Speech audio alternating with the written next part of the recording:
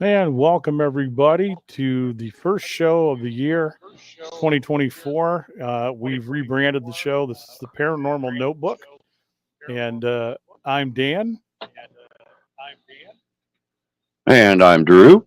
otherwise known as Paranormal Papa, as I see his notation there. And glad to have you on board, Drew. And we've got a special guest with Glad to be us here. on this first show of 24.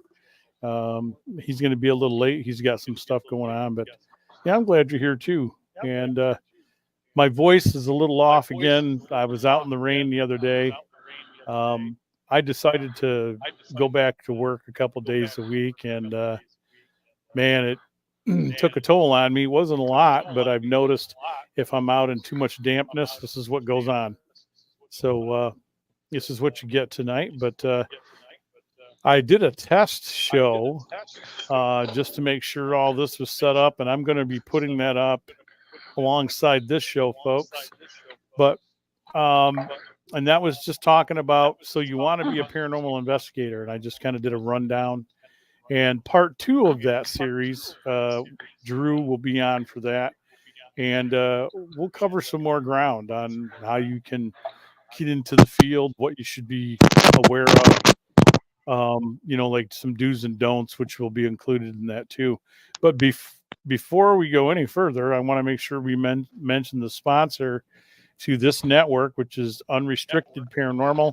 Now, we used to spell it with an X, but it is spelled just like it sounds. You see it on the banner there, unrestrictedparanormal.com.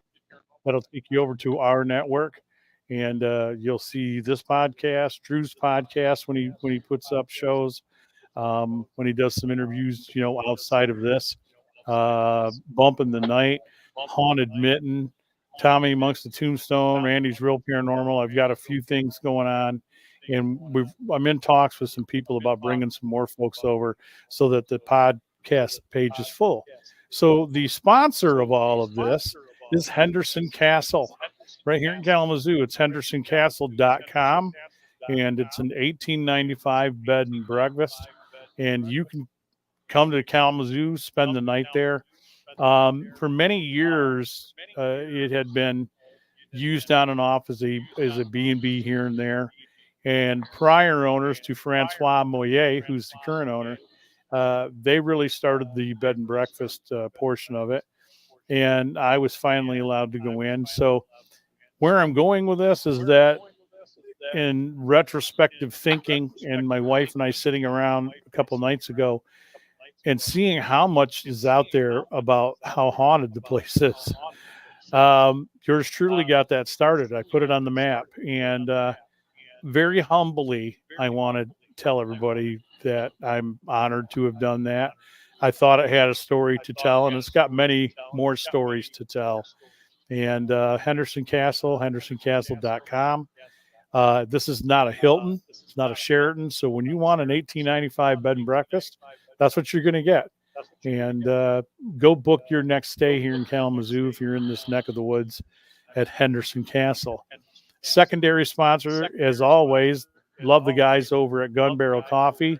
Go to gunbarrelcoffee.com, and you can follow their podcast on Saturdays, which is called Coffee and Bullshit.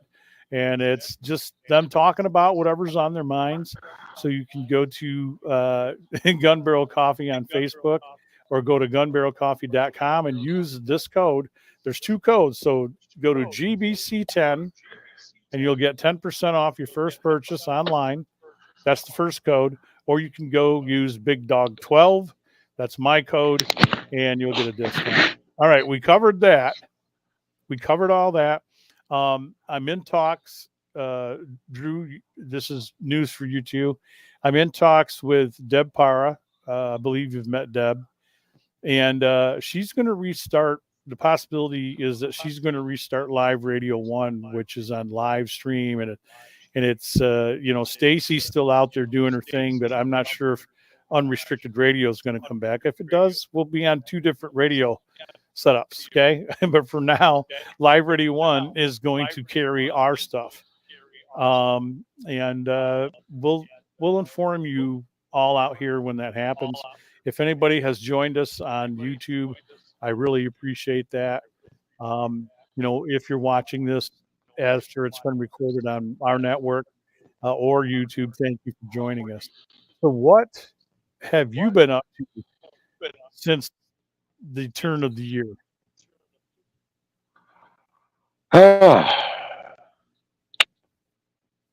Working on videos, being sick, working a job. Um, that's pretty much it. That's all I really had time for. Right. I think I'm in the same boat. Was still healing and I have not been able to shake. I wasn't able to shake that sickness. I think a lot of us got that congestion and that chest stuff. Never got the COVID. It was just this thing that hung on and hung on for like 4 weeks, and every so often it flares up. But Well, if you watch that video that I put out this morning, the one that came out this morning, I mean, I was talking like this, and in a matter of just a couple of days since I produced that one and uploaded it, I've got so much better. I just got done today working on the one for Sunday on little known historic facts about Vikings, and I could actually understand what I was saying in that one. So it was a definite improvement over how I've been for the last like 9 days. You're talking like Popeye? Oh, worse. I mean, there was no Popeye to it. I felt like I had a belt sander shoved down my throat and an elephant sitting on my chest, and I couldn't breathe, and it was miserable. I'm so glad that whatever it was, it decided to move on to the next person. I feel sorry for him, but I'm glad it moved on to the next guy. So. Yeah, it's quite descriptive, but yeah, I get you. There's nothing worse than not being able to breathe right. That's for sure. Mm-hmm. But the world of the paranormal hasn't gone anywhere, hasn't changed. That's for sure. A little bit was discussed. I caught the Bump in the Night show last night. Went on there for a little bit, and they touch. I think most interviews they touch on what we'll probably touch on through the season, and we plan to bring you quite an array of guests. I did let Michelle Freed know that, hey, if you want to send some guests to us, by all means. But the shit show that's still in the background of this field, which never goes away, it never changes. It's always there. And by making people aware of it, it doesn't mean that we're playing a victim or, we're angry. It's just that I think there's a lot of newer people coming into this who, once they discover that or they have a taste of it, they become a little disheartened. And, we want to make people aware that it's out there. There are people, just like there are out there in everyday life, that they get off on playing the victim. They get off on creating drama. They definitely become, egocentrical, self-centered. It just goes down a list. And there's so many narcissists involved in this field.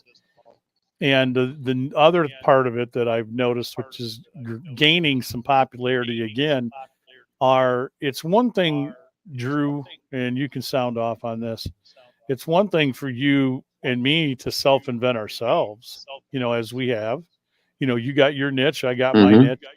That's okay. But I'm not running around going to places, setting up events, doing some videos here and there, claiming I'm some sort of personality. We talked about this before, and I see it even more evident now, just going into 24. And it's interesting. I'm not, you know what I mean? I'm not angry about it. I find it interesting, and they're creating a following. There's people that are willing to pay $100, $200 to go run around a building with these people and watch them scream and film and carry on and banter, and then claim that I've been here and I investigated that place. Did you though? Yeah, yeah. Did you though? Mm-hmm. That's what I ask. Yeah, well, at least you're seeing that here for the last what 20, 22, 23 days. All I've been seeing is Miami Mall, Miami Mall, Miami Mall, and that's been a what was the phrase you used? Shit show. Yep. That's been a huge thing. I mean, we've had some big time YouTube paranormal investigators take the trip to Miami, and they've investigated them all, and they've captured this and they've captured that, and they've talked to this witness, they've talked to that witness, and I actually finally watched a video today, and I'm not going to say who it was from, but it's from somebody that I watch on a regular basis. I really like him. They're debunkers, or he's a debunker, and his video I think was entitled "Are These Guys Idiots?" and Right. and he, Right. he went through and he debunked, these three or four um, big time investigators. He pointed out one channel that was getting 1.5K views, 1.7K views. All of a sudden they picked up the Miami Mall thing and they're getting 97K views, 110, 120K views, 125K views. And it's like, he's like, now I want you to look at this. This has been cleaned up digitally. And he showed the picture of the alien right there in front of the torch at the mall. And he says, you can distinctly see three people walking together on the steps. From ground level, yes, they look 10 feet, look like a 10-foot tall something. But if you look at it from this aerial view right here, it's three distinct people. Are these guys idiots? Hey, man, I'm glad you brought it up. And that's a big part of what's been going on. And it's with people that all of you out there, not all of you, but a lot of you follow some of these people. And they will take something like that and they propagate it into exactly that, as Drew just pointed out. They propagate it into being something that it's not, and they take it and run with it before they've debunked it. And that's what 99% of the channels are about. You can be mad at me all you want. That's just the way it is. Knowing a person that we have in common, we both know this person in common. I had to get that person to change the title, and it was all cool. It's all cool. I invited him into an investigation, but because, using that as a form of clickbait, which is not a terrible thing. If you want to bring numbers to your site, people expect you to have the demon thing attached to everything you're posting, whatever it may be. And I'm not saying this to diss the person, okay? And he, hopefully, if he sees this, he knows that I'm not dissing him. I just know what was up, and he was honest with me about it. And I told him, hey, owner of the place did not care for that. They didn't like it. Neither did the family members of the person that we think we've contacted, in this investigation. And he just made a slight change. And I think there's a better way. Okay, there's a better way. Saying that, hey, here's a less known haunted bar in Kalamazoo. That was a better way to put it. And I could go with that on all other things. Now, like the stuff with the mall, there have been guys doing reaction videos to all of these so-called paranormal people. And Drew made a point that 9 times out of 10, it's some natural thing. And because the video is potato camera, you want to tell me that somebody couldn't film that with a better camera? My phone has a better camera than whoever filmed this. I think distortion and a lot of things are done on purpose. They do this. You clicked on their stuff, and as you said, they got thousands and thousands and thousands of viewers. And people propagate something so hard that it starts to become believable, and it doesn't do Mm-hmm. me and Drew any good. Doesn't do you and me any good, buddy, to argue with anybody on the other side, because why? They've already made up their mind, and why? Yeah, I mean, it's So sadly enough, and I mean, back last year in a few of our podcasts, we talked about it. Contrary to popular belief, and you can consider this your viewer discretion warning or whatever. Um, just because you run across a spirit that might be upset or seems like it's angry or seems like it might possibly in the past, present, or future do some kind of physical harm doesn't mean it's a demon. no, Danny has said it best numerous times. Sometimes you're just asshole in life and you're going to be asshole in death.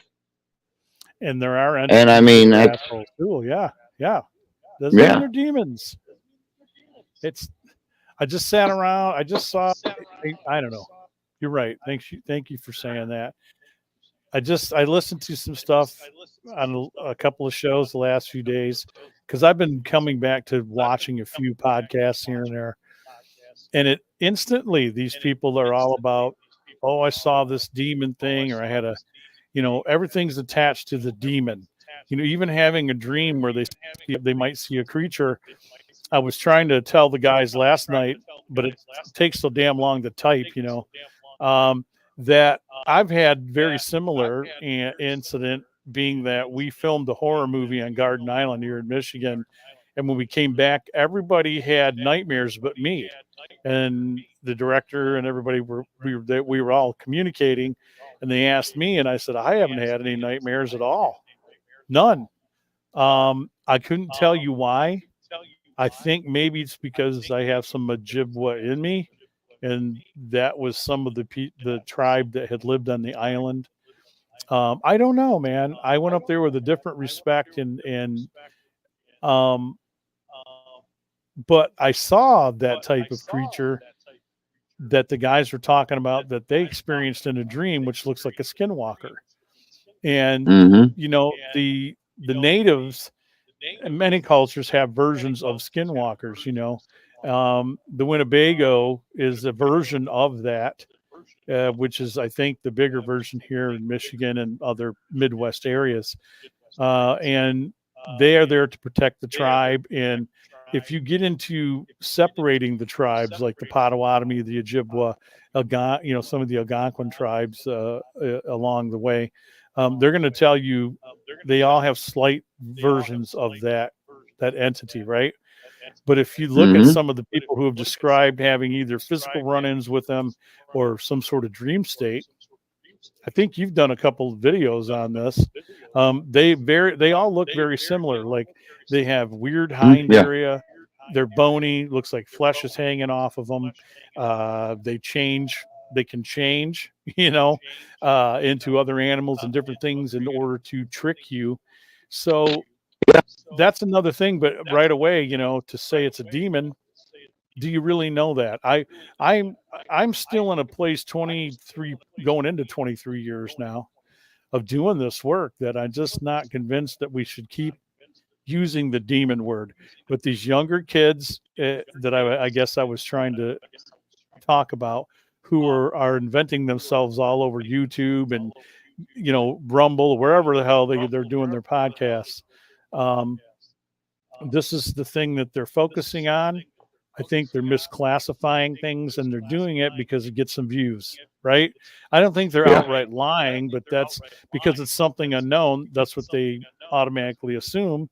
Because I don't want to insult anybody, but I don't think sometimes they're educating themselves far enough into paranormal.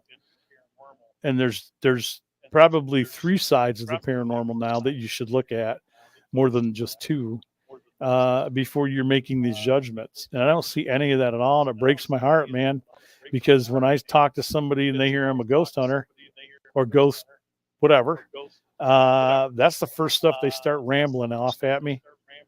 And I don't really know what to tell them. I'm just like, no. Yeah.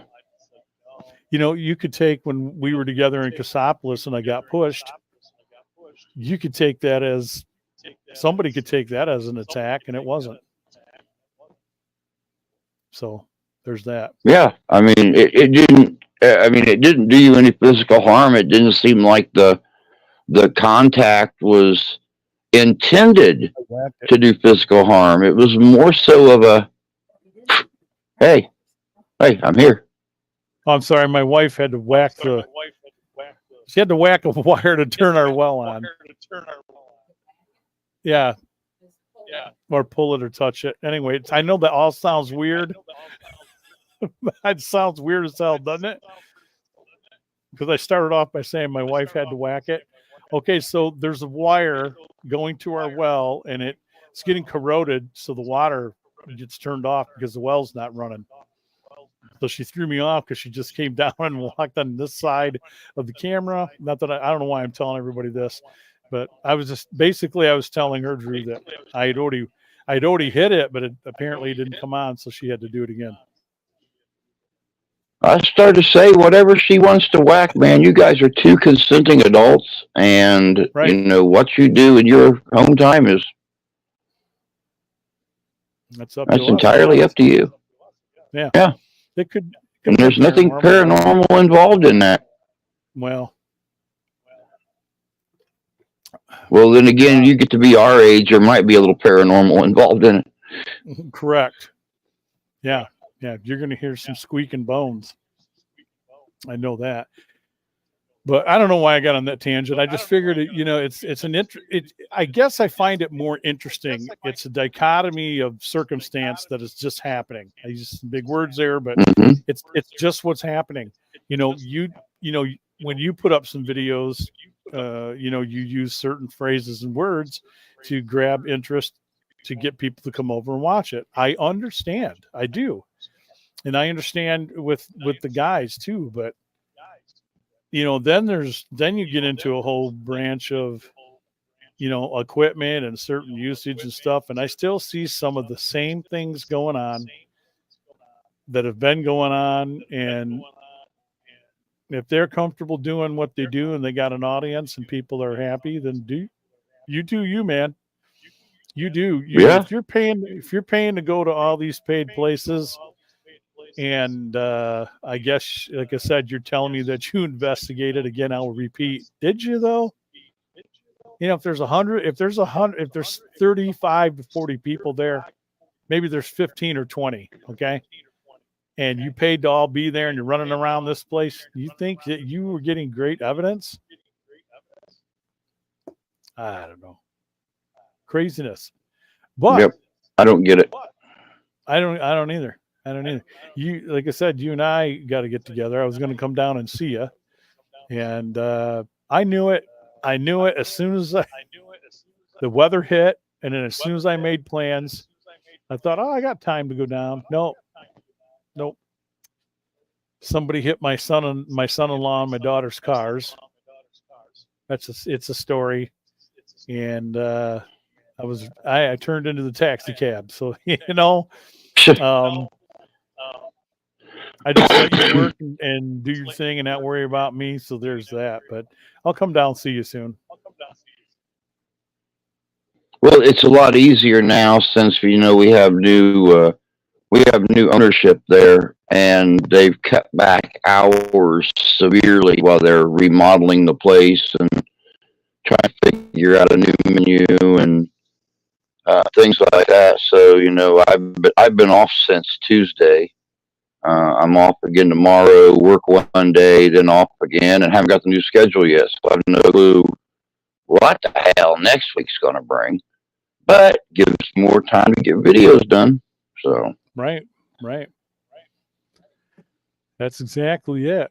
And there's some new things coming up this year. Ghostorama's still happening. For a minute there, I thought we were going to have to make some changes, but June 15th is happening. But the first one, I wanted to talk about that shortly, is May 11th. For those of you who can make it, either from Michigan or who are in the Indiana area, it's at the Bell Mansion in Fort Wayne, Indiana. And it's some things are happening, man. They're swinging and popping. So as of now, unless it changes, one of the special guests that are going to be there is Keith Age. He's from Sci-Fi Travel Channel. He's done a slew of things. He did a documentary, Children of the Grave, probably 12, 13 years ago on Sci-Fi. And he's like the rock and roll ghost hunter. And he's going to be there. I've known Keith, talked with him, whatever. I don't know him like personally, but I know Keith. I know Keith. And my friend Jason Snyder has been working with Keith and got to talking and asked because Keith asked if he could come to Ghostaramas. And I said, yeah, duh. So he's going to be at both. Tentatively, he'll be at both this one and the June 15th one. And we're happy to have him. I'll be guest speaking at the Bell Mansion, as will Mike Schwenke. We'll be talking about his group and his equipment that he builds. And we are going to still do the whole vendor thing. As far as the car show goes, probably not, but there will be some Ghostbusters there. We'll have some Ghostbusters in a car there. And same as we did before, for information on that, go to thebellmansion.com and you can find information there. Or you can go over to the Ghostorama page on Facebook, and you'll find up there how you can go to PayPal and secure either a vendor space. We have limited space inside. At some point, it's going to run out, and we're already banging away at vendors. So, and I would imagine the after hours ghost hunt, which are always popular there anyway, is going to fill up really fast too. And then June 15th, we're going to have Drew's. We're going to try to get you to the Bell Mansion too. We'll figure it out. But you're definitely going to be up here for La Ferme, which is formerly the Historic Beacon Club. And boy, does that place got a history. Tommy just released his video on that, a week ago, 2 weeks ago. And it's crazy. Just that I caught something on film while we were there. I really went in there with hopes that something would happen, but it went over the top. I didn't think what all that happened went on did, and it certainly did. And crazy. I'm happy that things went well there, and we'll be there. And there we'll have the car show, and we'll have Monsters Incorporated, just like the other Ghostoramas, and that's locally here in Michigan. And coming up next for me, Ghostbuster wise, not that anybody cares, but I'm going to be at the Midland Comic-Con coming up March 2nd and 3rd. And come on up and see me if you're in that area. And I be up there with a load of Ghostbusters. We even got the guys coming in. Was it Windsor, Canada? I think it's the Windsor Ghostbusters. So we got a Canadian Ghostbusters group coming over too. Yeah. It'll be nice to meet those guys. And so that's what's going on with me in my neck of the woods. And like I said, we're still waiting on our guest if he can make it. I know he's got some things going on, but hopefully he'll be here. And I guess let's talk paranormal, man. What's on your mind? What do you want to talk about? Hey, it's your show, man. I'm just the co-pilot on here. This is your show. I sit over here in the co-pilot seat and just hold on to the stick in case you fall asleep. That looks weird. With your advanced stage. Yeah. Yeah. My advanced stage. Yeah, I did celebrate a birthday, everybody. The big 6'1". Last week, guys. Last week. He's a big 6 years older than I am. Yep. 61. So anything I say about him kind of sort of almost but not quite reflects on me. What do you have to look forward at 61? Yeah, it's just the same. It's the same shit, different day. Really. Yeah. Things hurt. Never get enough sleep. Undersexed. Get sick. I've been sleeping great for the last 9 days. No, it's getting enough sleep, and that's only because I got to be somewhere. Because now that the car is down, I got to be there to run over to the grandkids, take the grandkids to school, watch the youngest grandkid. So, and Monday, Tuesday, Wednesday, I'm out there doing auditing. Woo-hoo! I go. You know what I do? I go to car lots, for this finance company I'm working for, and basically I'm there to audit the cars and to make sure that whatever they've purchased from the loans that we've given them, that the cars are there. If the cars are not there, I have to make notes, and then trouble happens after that. So that's what I'm doing. It's kind of a form of a security type gig, but it's a little different. But the cool part Sounds interesting. Well, I took a minimum wage on it because it's only a couple hours during the week, honestly. And so when they provided me with a company car and a gas card, I'm not going to say no. Yeah, And, really. It's easy peasy once I get right down into it. So starting next week, that'll be my third week or second week. But the third week, wait, I'm confused. 1, 2, 3. It'll be the fourth week going into it, actually, because we had to take some days off because of the weather. Weather up here in Michigan has been horrendous. Yeah, yeah. Yeah, it has. It's raining. It's raining here right now. I'm about an hour south of Danny's location. And it's raining pretty hard right now. I think we're sitting at about 38 degrees, so we're right above freezing now. By morning, who knows? But right now, it's slowly but surely getting rid of all the slush and snow and stuff that's been built up for the last 11 days or 12 days, something like that, since we got the last big snow. So it's getting there. Well, we're broadcasting live on unrestricted YouTube. I'm watching it as we speak. Look at those two handsome fellows right there. Look at that. Well, yes. So if you send people over to the unrestricted paranormal, and it's got the hand, the symbol. Now on YouTube, it's spelled with an X. I have tried to change it. YouTube's like, no, we're not changing it. So if you go to unrestricted paranormal on YouTube, and you'll know it because you'll see the banner, my banner for the channel up there that I created, and it's got the hand coming up out of the grave. Mm-hmm. Anybody know what I'm talking about? Anybody? Class Bueller? Okay. So Bueller. You can send them all over there. And I know next week I'll advertise better, obviously. And I'm working on trying to get a secondary guest for next week. So I guess we'll figure out who we can get. So if not, if we don't have guests, we'll just do what we're doing. We talk with each other and we discuss the paranormal. Now, somebody asked me again within recent months, do you guys do the Estes method? And I don't know why the burr gets under my skin so much. Let me tell you, OG. Okay, everybody know what I love the Estes method.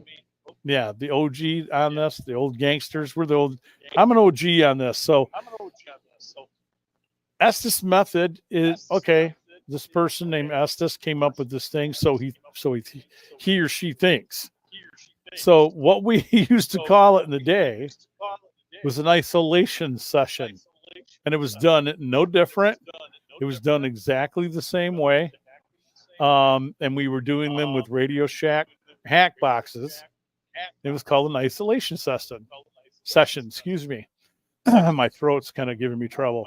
And that's all I got to say about that. If you want to call it Estes method, that's cool. But that is really not a new technique. People think it is. That's just what I was talking about, Drew, because it's entered this new circle of these young people. They're like, oh, it's this new method. And if you watch some of the older ghost episodes, you'll see them doing the same thing. And it's called an isolation method. That's all it is isolation. Yeah. And they run exactly the same. But the cool part is you call it what you want to call it. And I'm just OG, and as an old man, I get, you know what I mean? I get that burr because I'm like, hey, this has already been invented. We've been doing this for the longest time. This isn't new. None of it's new. But you call it what you call it if you get good results. And I did it. I've done it with you. We worked at a place. We did it what, 2 or 3 different times? Yeah, 2 or 3 different times. At least we did it at Hotel Nichols. We did it out at the House of David several times, right? Hmm.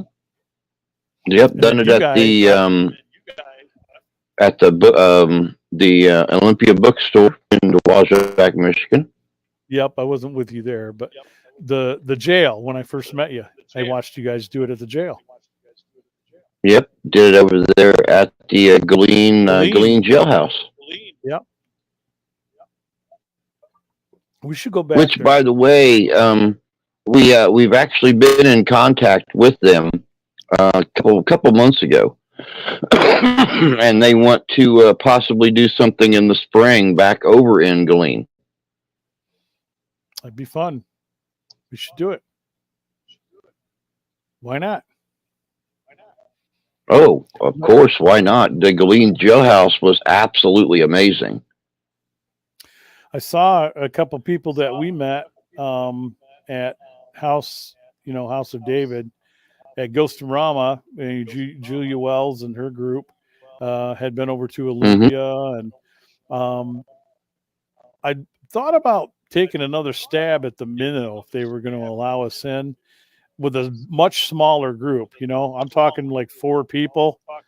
Like you, me, and maybe 2 other people. So there's not so much contamination, and then try to keep the noise down and really work on the upstairs a lot more. So Yeah. that's in my brain. I thought maybe that would be a good one. Um, and you and I talked last summer, and we didn't put it together. We didn't make it down there. I want to do that huge cemetery in Niles. Yes, Silverbrook Cemetery. Yeah, that's got the tomb and all that stuff. Yeah. I mean, I saw a freaking report that they did on TV down there out of South Bend. So I figured, we should go down there and make a run at it.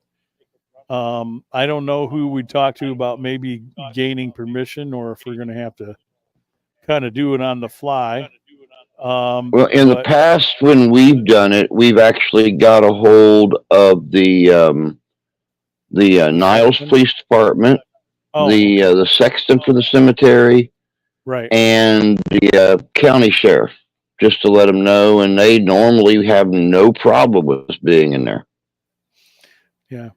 Because I couldn't figure out, because a lot of the times it looked like it's gated even during daylight hours. So Yeah, I well, wasn't you have to go wasn't back sure. to the northeast corner, and that's where the main gate is at, and then there's the sexton's office and stuff right there just inside the gate, and that's normally where my security guy parks at, just to make sure that no one's coming in and out of there to contaminate any of our findings, any voice recordings, play tricks on us, whatever the case may be. Right. But we've never had an issue there, and we've always got amazing evidence. There's a lot of history there. There's a lot of very dark history there. There was, of course, the Niles witch. That she's the only one of her family members buried above ground. The stories, of course, was they put her in a tomb above ground so she wouldn't contaminate the Holy Land. Then, not very far from her location are some steps to an upper level burial area where a gentleman committed suicide. So, right there on those steps, he could not get over the loss of a beloved family member and went out there and actually committed suicide on those concrete steps in the cemetery. So there's been a lot of shadow figures seen out there. Of course, they got the big Potawatomi burial mound in the southeast corner of the cemetery. You guys have to understand this cemetery is like 11,000 graves. So I mean, it's absolutely ungodly huge. But the story with the Potawatomi mound is when they were building one of the newer buildings downtown. in Niles, Michigan, about 70 years ago or so. They were digging into the river's edge to lay this foundation. They unearthed bodies, and they didn't know what to do with them. And of course, somebody from the city said, "Why don't we give them a traditional burial?" And they went and took loads and loads of dirt out to the cemetery and built a mound and planted grass seed and everything on it. And they actually interred the bodies and all the belongings and stuff that were with the bodies back into this new mound. And they put up a nice little plaque telling the story of it and everything. So I went out there and done a prayer ceremony my first time out there, and it's a very very emotional location. Right. I mean, you actually can feel something there, like it's watching you closely in everything you do to make sure you do it right. And I left that location very emotional, yet very emotionally fulfilled. So I don't know. I guess it all depends on who you are and what you feel. Yeah, I've been moved like that several times on a location, depending on what the story is. Um, you know, the Claire Burley one, of course, which I've told a million times on these podcasts, which is a Spanish American War veteran that I believe came to me at Henderson Castle. And that's always been emotional, let alone doing what I did on the USS Silversides, which is the most decorated Mm-hmm. World War II submarine in the world that's still in the water in Muskegon, Michigan. And just, the amount of EVPs, let alone the two videos that we captured on there, very emotional because those men served our country. Um, and then later it was used as a training vessel in the Great Lakes, to train people on submarines. And the LST 393, which also used in D-Day, made 60 plus trips back and forth from Omaha Beach to England. And in that process, they were dying, both Allied troops and enemy troops that were dying, to try to get them back to the hospitals in England when they didn't have enough room on the hospital ships. And some were dying there in the sick bay and dying en route. Some of the SS people who had been captured were jumping overboard. So they started chaining them together down on the lower deck, inside the LST. And I believe my two children and other people have seen German officers in that area, let alone sick bay. So two very haunted places that will well me up with emotion, because once you see what's in both those museums, there's artifacts and pieces of clothing and private letters, and these people lost their lives, to keep us free. Same as when I've done the air zoo, it's emotional. And then Native American stuff is too. When Mm-hmm. we did the Garden Island stuff, I was pretty emotional up there. I wanted to be the first to ever investigate the cemetery, which there's a sign that says you're welcome to come in, but please be respectful. And it says Megwich, which is thank you in Ojibwa language. And I did just that. And the eeriest stuff happened, but I was overwhelmed with emotion and very teary about it. In fact, one of the crew members, when we went up there to film a scene at night, we only went part way in, and he was talking about shooting off a gun as part of the scene, and I talked him out of it because I felt that was disrespectful. I think that would be the last thing a Native American would want, is you shooting off guns in their cemetery, whether you're making a Mm-hmm. movie or not. And we did an impromptu tobacco ceremony, and this actor, his name is Chuck. I'm not going to give out his last name. I mean, he broke down and I mean, balled his head off, man. And I hugged the guy and like, are you okay? And he says, I just feel like I shouldn't be here. I'm unwelcome here. And I gotta leave. I gotta get out of here. So we left and we refilmed that when we came back to the lower half of Michigan, you know, about a month or two later. Um, that was emotional for him. And as I said, everybody had nightmares but me. And the only weird thing I had happen on the island outside of the paranormal part was when I went into the cemetery, Drew, there were blackbirds that were following us when we were going up the trail. It takes about a half hour to go up the trail to get to the cemetery. I noticed that. It's happened to me before. And not like crows. These are huge ravens. That's what they were. And they were so loud. And when I stepped in to the cemetery, the person I was with, she took a few photos of me standing just outside. And they all stopped. It became so quiet in there that you could have heard an ant fart. That's how quiet it became. I noticed that and was looking around, and I felt welcome. And it just got super quiet, right?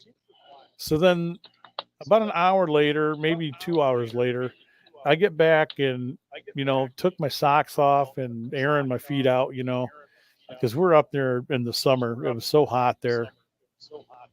Had to coat ourselves with, you know, DEET and bug spray. I got a little bit of joke about that trip. I'll tell that in a second. And as I come out of the tent, I didn't realize this, but we had a map and we thought we were in the deer camp because people go up there and there's deer camp and there's like one or two buildings in the middle of this island. But we weren't. What I discovered was, while I had my shoes off, I was out there sitting by the fire, drying my feet, and that we were on the old Native American village. Okay. So I knew we were in for some special stuff. I just felt it. And as I stood up, I looked to my left, and there's a small hole at the bottom of this tree that was just off the front of our tent. This black snake comes out of it and goes across both my feet and disappears into the grass. And I about shit my pants. I want to tell you, I am not snake friendly. And it was a brown snake. I say black, but it was a brown snake. They're poisonous. They're not friendly. And then that night, I swear I saw shadows moving around the outside of our tent, which looked like a person. And then I put my head out. This is how horror movies start. I put my head out to catch who was out there, and everybody else was asleep. I'm the only one awake. So I don't know what to say about that. And it was just a strange, there was a couple other things, but just a strange occurrence, you know, around Native American site. And it just got strange, but I was the only one that didn't have any sort of nightmares after filming there. And he was going to plan a sequel, and we never went back because I was really hoping to go back. So that's in the back of my mind too, that if I could get together $2,000, maybe $3,000, because it costs some money. So we could make the drive to Charlevoix, but then you got to take the ferry over to Beaver Island. I don't know if anybody listening to this, watching this, knows where that's at. So this is Michigan. Am I doing it right? Yeah, because the thumb, wait, I'm reversed. Like this? Yeah. Like this. Yeah. So it would be up here. There'd be Beaver Island, and then there's Garden Island. So it's way up north. And then you got to hire somebody, which costs, I believe, $400 to have this guy take us across to the island, drop us off right there at that, which had been used as a deer camp, which is the old Indian village. That's where it used to stand. And they used to live there until 1941. So this is pretty recent vacating that property. They lived like they used to live right there. There were no structures. They just had the huts and they lived out there all year round, even in the winter. So I'd love to go back and spend 2 or 3 days with a crew of people and investigate. I've walked to about the middle of the island, but I want to see it all. I want to walk all of it. But definitely going to bring a gun this time because we were informed when we were up there that wolves and bears tend to stay over there after the winter sometimes. So there could have been Yeah. bears, wolves up there for all I know. I didn't see any though. And no squatches other than me. Dogmen, dogmen. What do you think about that?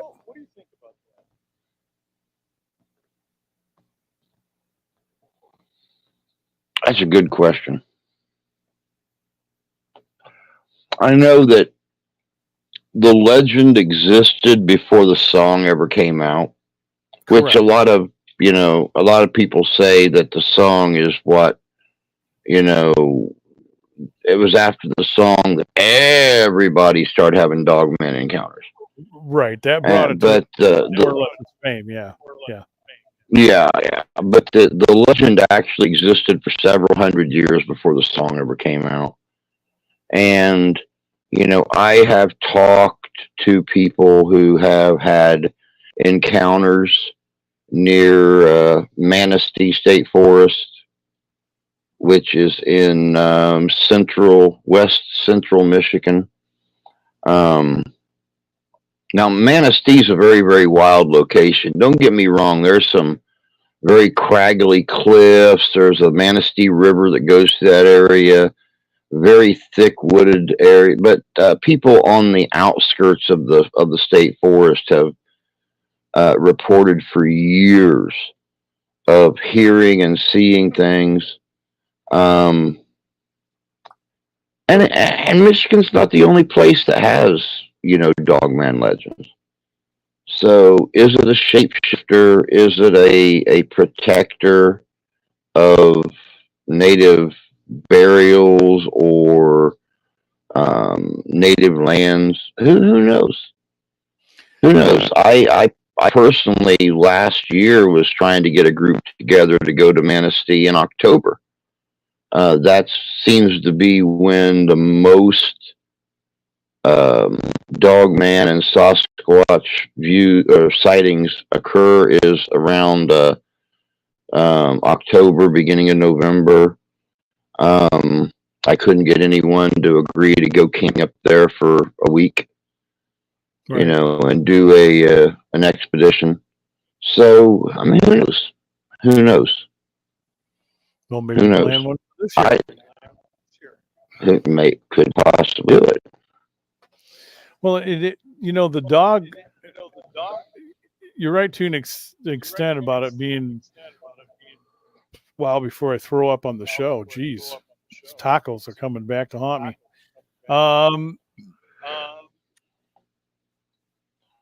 To the extent of being a lot of it reported here in Michigan, but the Beast of Bray Road is reported to be sort of dogman, and I've noticed other states have a form.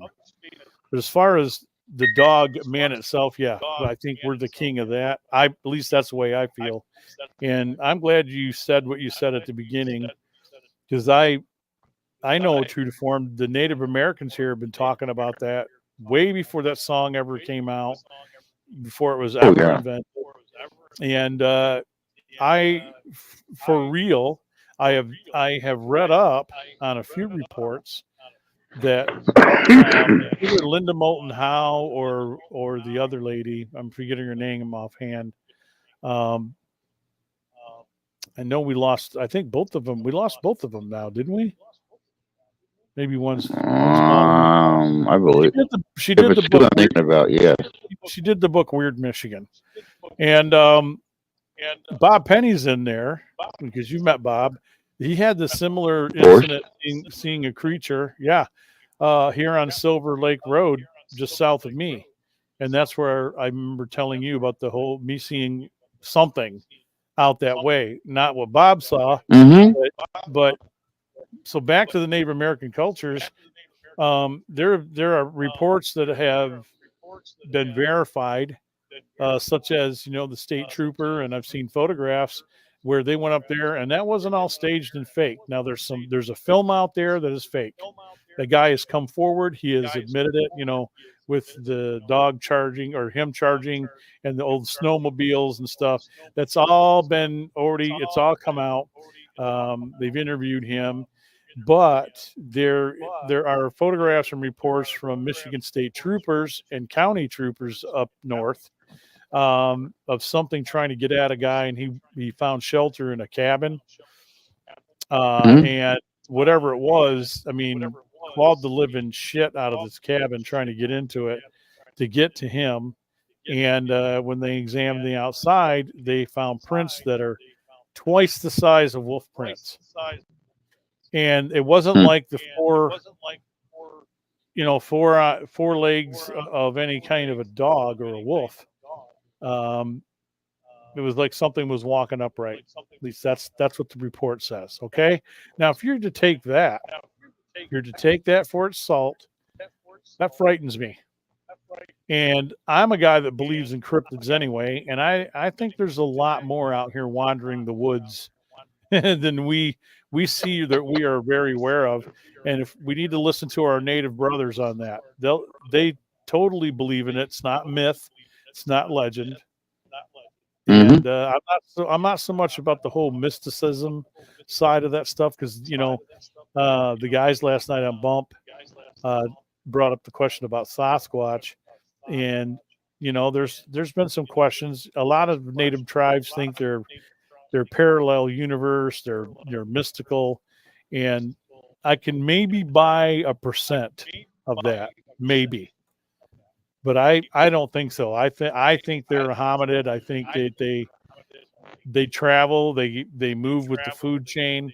There are guys who do studies outside of some of the other Bigfoot people who will tell you that they're migratory, that they have found trails of these things that are from Michigan all the way down through the Ohio Valley and into the Southland, because they go to where the warm weather is. And those who don't Mm-hmm. stay up here. And there's proof that they travel these. People have seen them on these routes. I mean, I believe in that, and I think here too that some stay here because they're equipped for it. Because if you got water source and fish and there's wildlife for you to eat, you have food.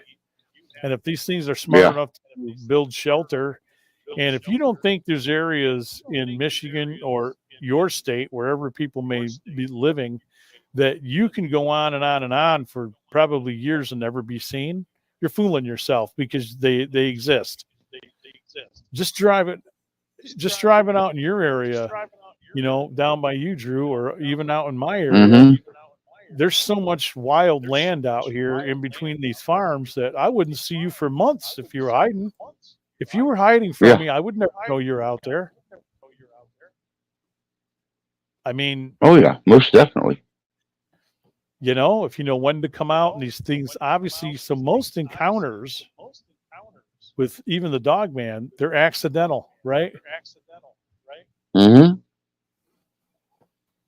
And yep, I can only think of one story that I heard where it's actually, it was seen. A girl was driving up the stone path through the woods to her parents' house, and she caught a glimpse of it. And when she got to the house, she rushed in the house and was looking out all the windows, and she seen it up sniffing around her car. And then it ran off behind the barn, and she didn't see it again.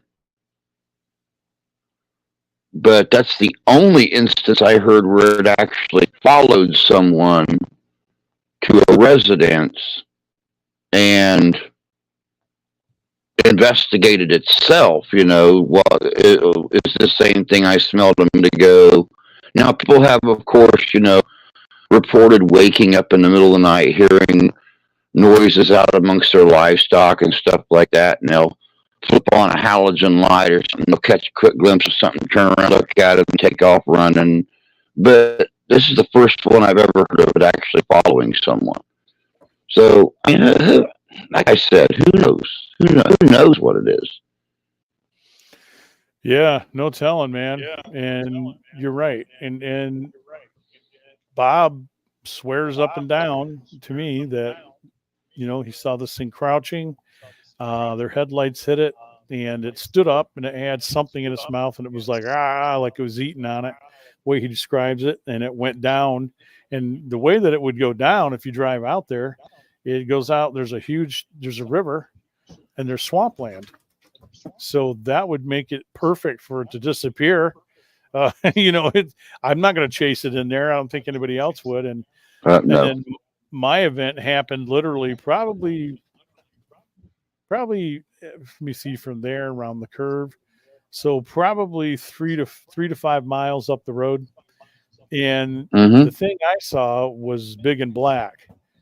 And he said this thing seemed to be gray with a lot of black on its back. So I don't know, man. I don't know.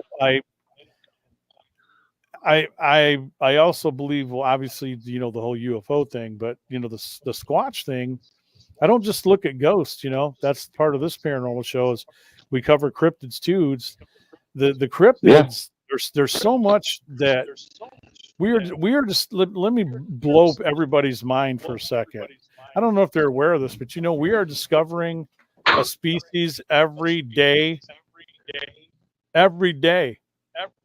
Oh yeah. And it might not just be one. Sometimes it's up to 5 species a day.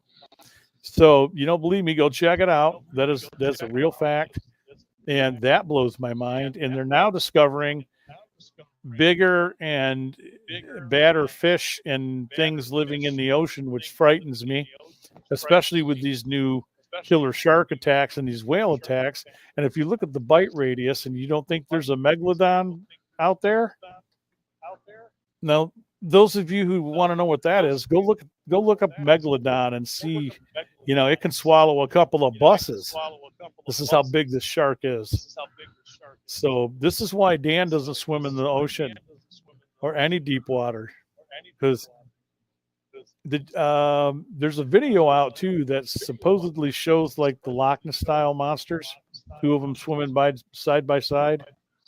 I'm not sure what to think of that. Have you seen it? No, I haven't seen that one. Yeah, they're filming off the side of the boat, and these things are swimming up next to them, and it shows the head and the neck coming out of the water. And I don't know if it's phonied or not. I'm probably apt to think it's probably phonied, because I know people are seeing things in the water all over the world, Lake Michigan included. There's fishermen who've been fishing out there for 30, 40 years who are seeing weird shit that shouldn't be out there. That's why I don't go swimming off a boat, man. No way. Yep. Oh, believe me, I know. It was just 12 years ago, I believe, when those fishermen caught that bull shark not very far east of Chicago in Lake Michigan. Yeah. And a lot of people don't realize, but a bull shark can actually filter the salt and stuff.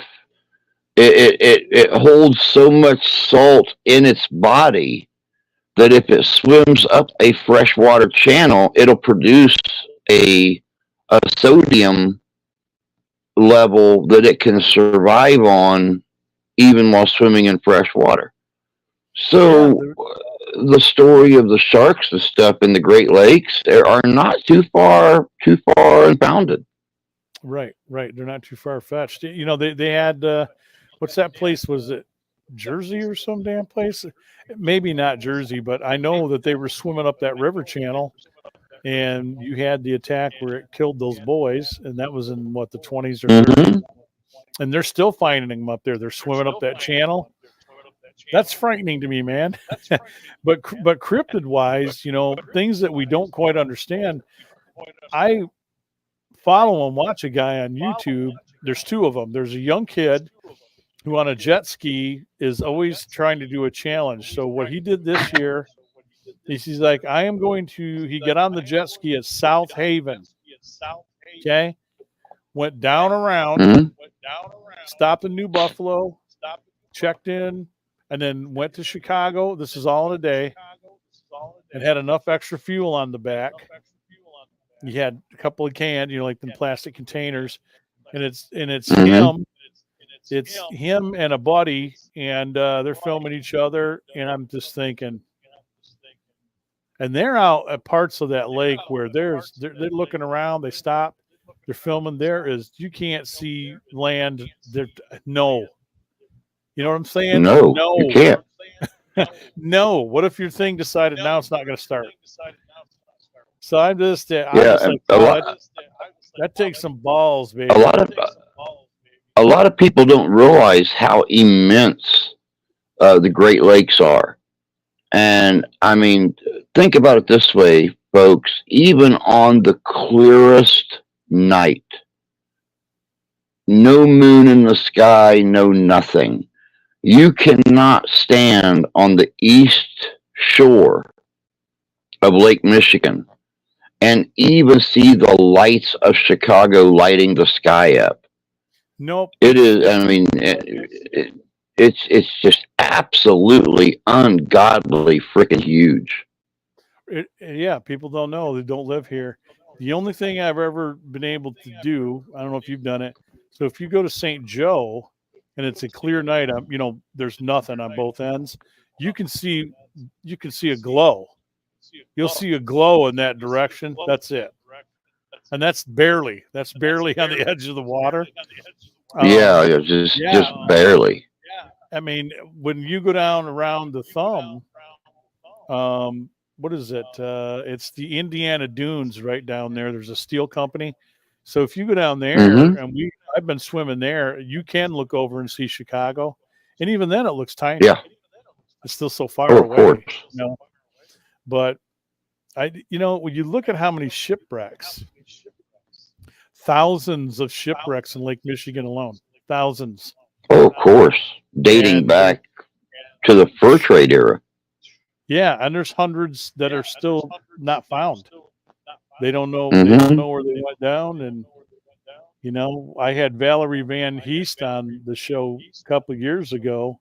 She was on with Expedition something with Josh Gates. They were looking for Flight 2501, and or maybe they were looking for a sunken ship. I forget. Anyway, I had her on about 2501 because she wrote a book about it, and there's a little bit of a paranormal hitch to that story. She tells it better than me, but basically, angelically, she felt that she was led in different directions in order to, find the families and things of that nature. But let's bring in our guest. He's backstage. I think Hot he's waiting. dog. So I see our guest. I don't know if he hears us. I'm waving at him. Is he moving? Hey, I hear you. up really good. I still see a black screen.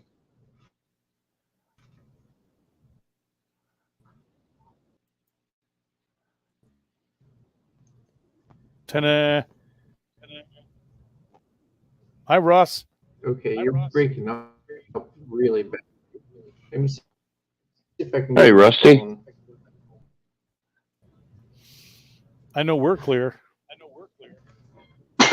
Yeah, I can see him now on the screen. We're gonna watch him fumble around, but to all of those who, while Rusty's getting situated there, he's going to be our guest.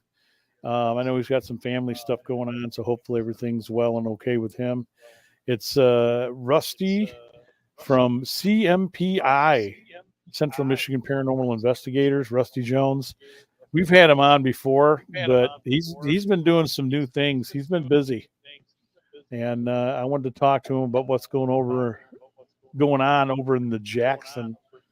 But anyway, back to what I was saying is Valerie was on with us or with me, and that plane exploded in a fireball, shredded itself because it got hit by lightning, is what they believe. According to a witness who's still alive, that's what he saw. And I believe it was banking and trying to return. It was trying to make a return back towards South Haven to come back into Michigan. This guy God rest his soul.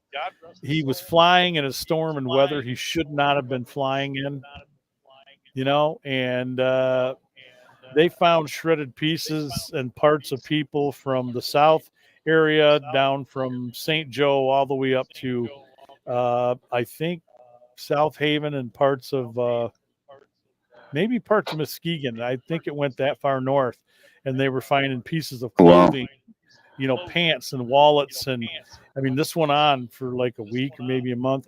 But just sadness all the way around. There he is. So was this another aircraft that flew through the Michigan Triangle? She didn't want to have anything to do with that because she had done an interview and I didn't even bring it up. But then she brought in how spiritually she thought that she was led into different things. So I'd love to try to contact her and we'll try to get her on the show. But let's bring in our guest and hopefully things are okay with him and things are well. I know he said everything good. Oh yeah, definitely. Yeah. All right, everybody. This is Rusty Jones, as I said off air, of the Central Michigan Paranormal Investigations, Investigators, and he's been busy. He's been taking people out on ghost hunts, and welcome to the show. Drew and I were hoping you'd be able to make it. If not, we'd reschedule. It's not family comes first, Right. Always. How you been, brother? I've been pretty good. Can't complain too much. Why? Because nobody cares. They don't listen. No, it's what I've been told is they don't get paid enough. Oh. So you've been busy. You've been busy doing ghost hunts and stuff. Yeah. So what's been new for you starting? I mean, I guess before the new year, right? Yeah, we did the ghost tour here in Jackson. The first time ever it was done here in Jackson. So we did 2 or 3 tours in like 2 weekends. We hit, unlike most ghost tours, instead of hitting 5 or 2 or 3 places, we hit 22 places. Wow. Yeah, so you got your money's worth. Some of it was walking, some of it was a bus tour, but you got your money's worth. Oh, wow. Must be nice to have a bus. Well, we got sponsored by GTA, which is the local transit authority. Oh. So that helped. Man, I wish I had one of those sponsors here. I mean, all we do is go across the street, but I'm trying not to get everybody killed crossing West Main Street. Exactly. You've been there. You saw it. Yep. So let's back up. Let's tell everybody who you are. We're going to have some new people who are going to be watching this, and tell everybody who you are and how you started this group. Well, I started the Central Michigan Paranormal Investigations back in 1988. Wow. Yeah, so it's been a while. Yeah. Just a little bit. Yeah, I just recently learned that we are one of the longest running groups in the state of Michigan. I think, in fact, we are the only longest running group in the state of Michigan. Sounds good. I started this kind of on a lark, I guess if you want to call it that. I was an avid book reader, but my thing was cryptids at the time, and ran out of books to read on them. Asked the librarian what she has, and she's like, "Well, what about ghosts?" And I'm like, "Ghosts aren't real, but cryptids are."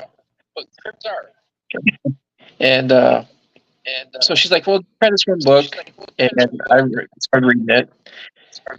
And a lot of the investigations in that book were right here in Jackson, so I could actually go to these places,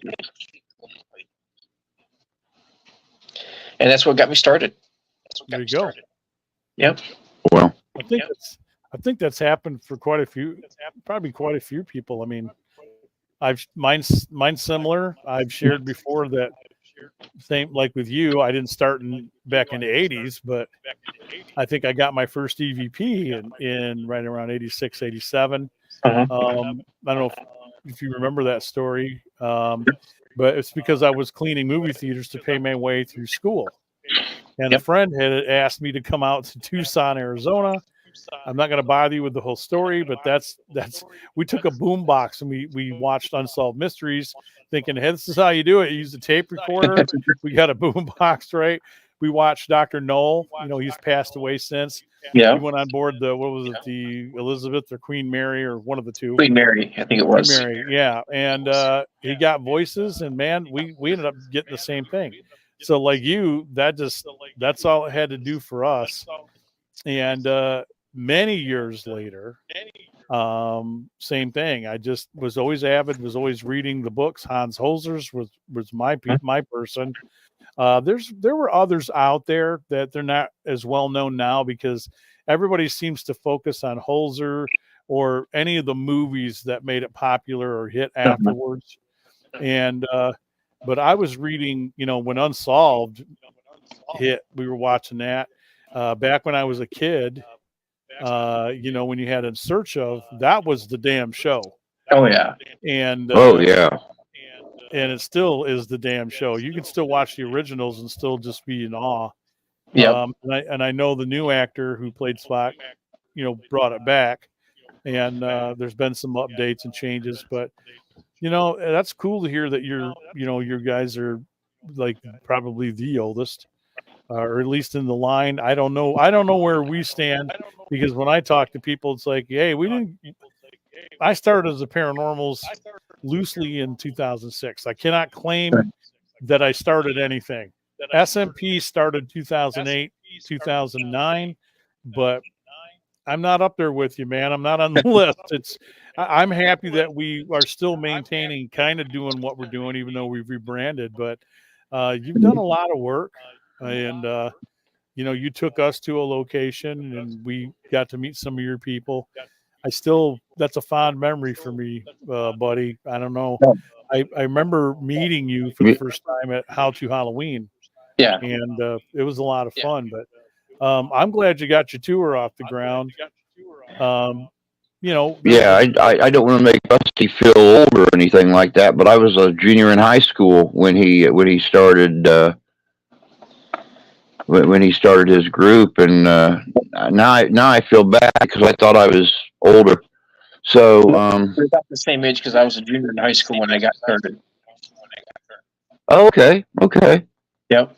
What year did you say again? 88. 88. Yeah. Yep.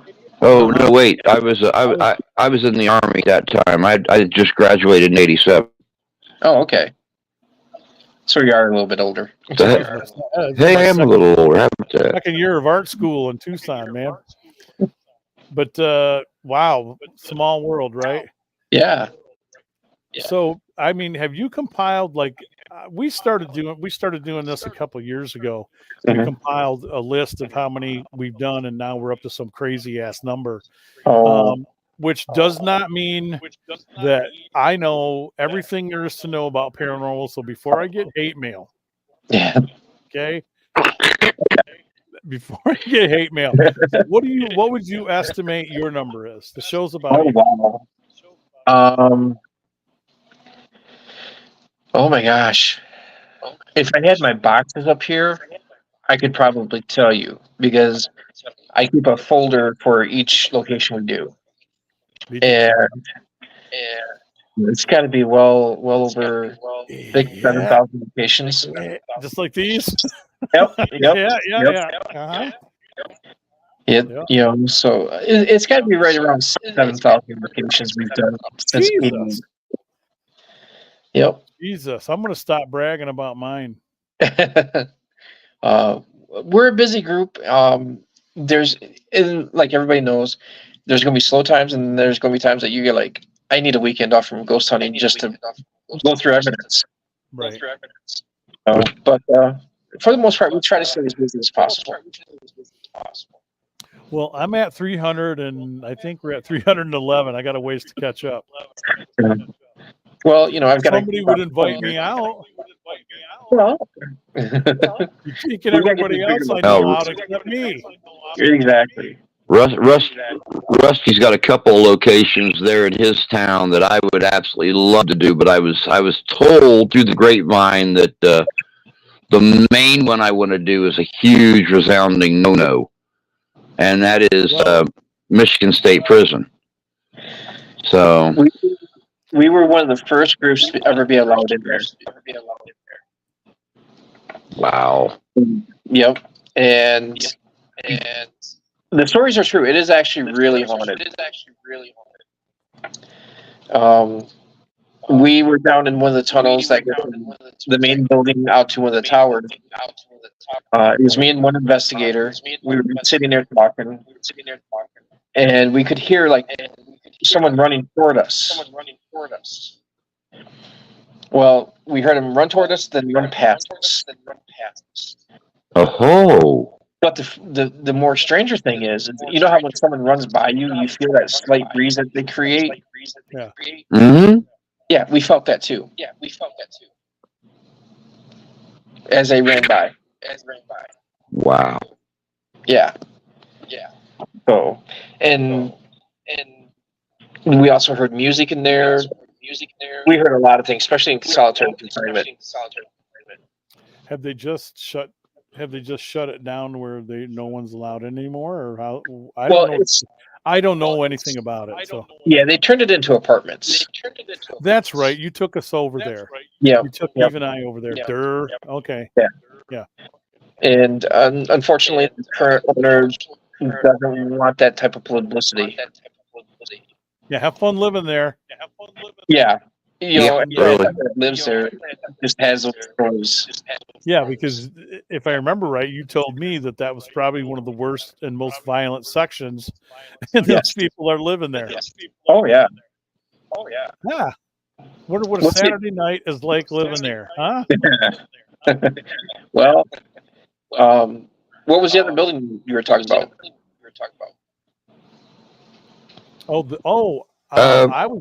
I was going to bring up the Crouch murder. Yep. Yeah.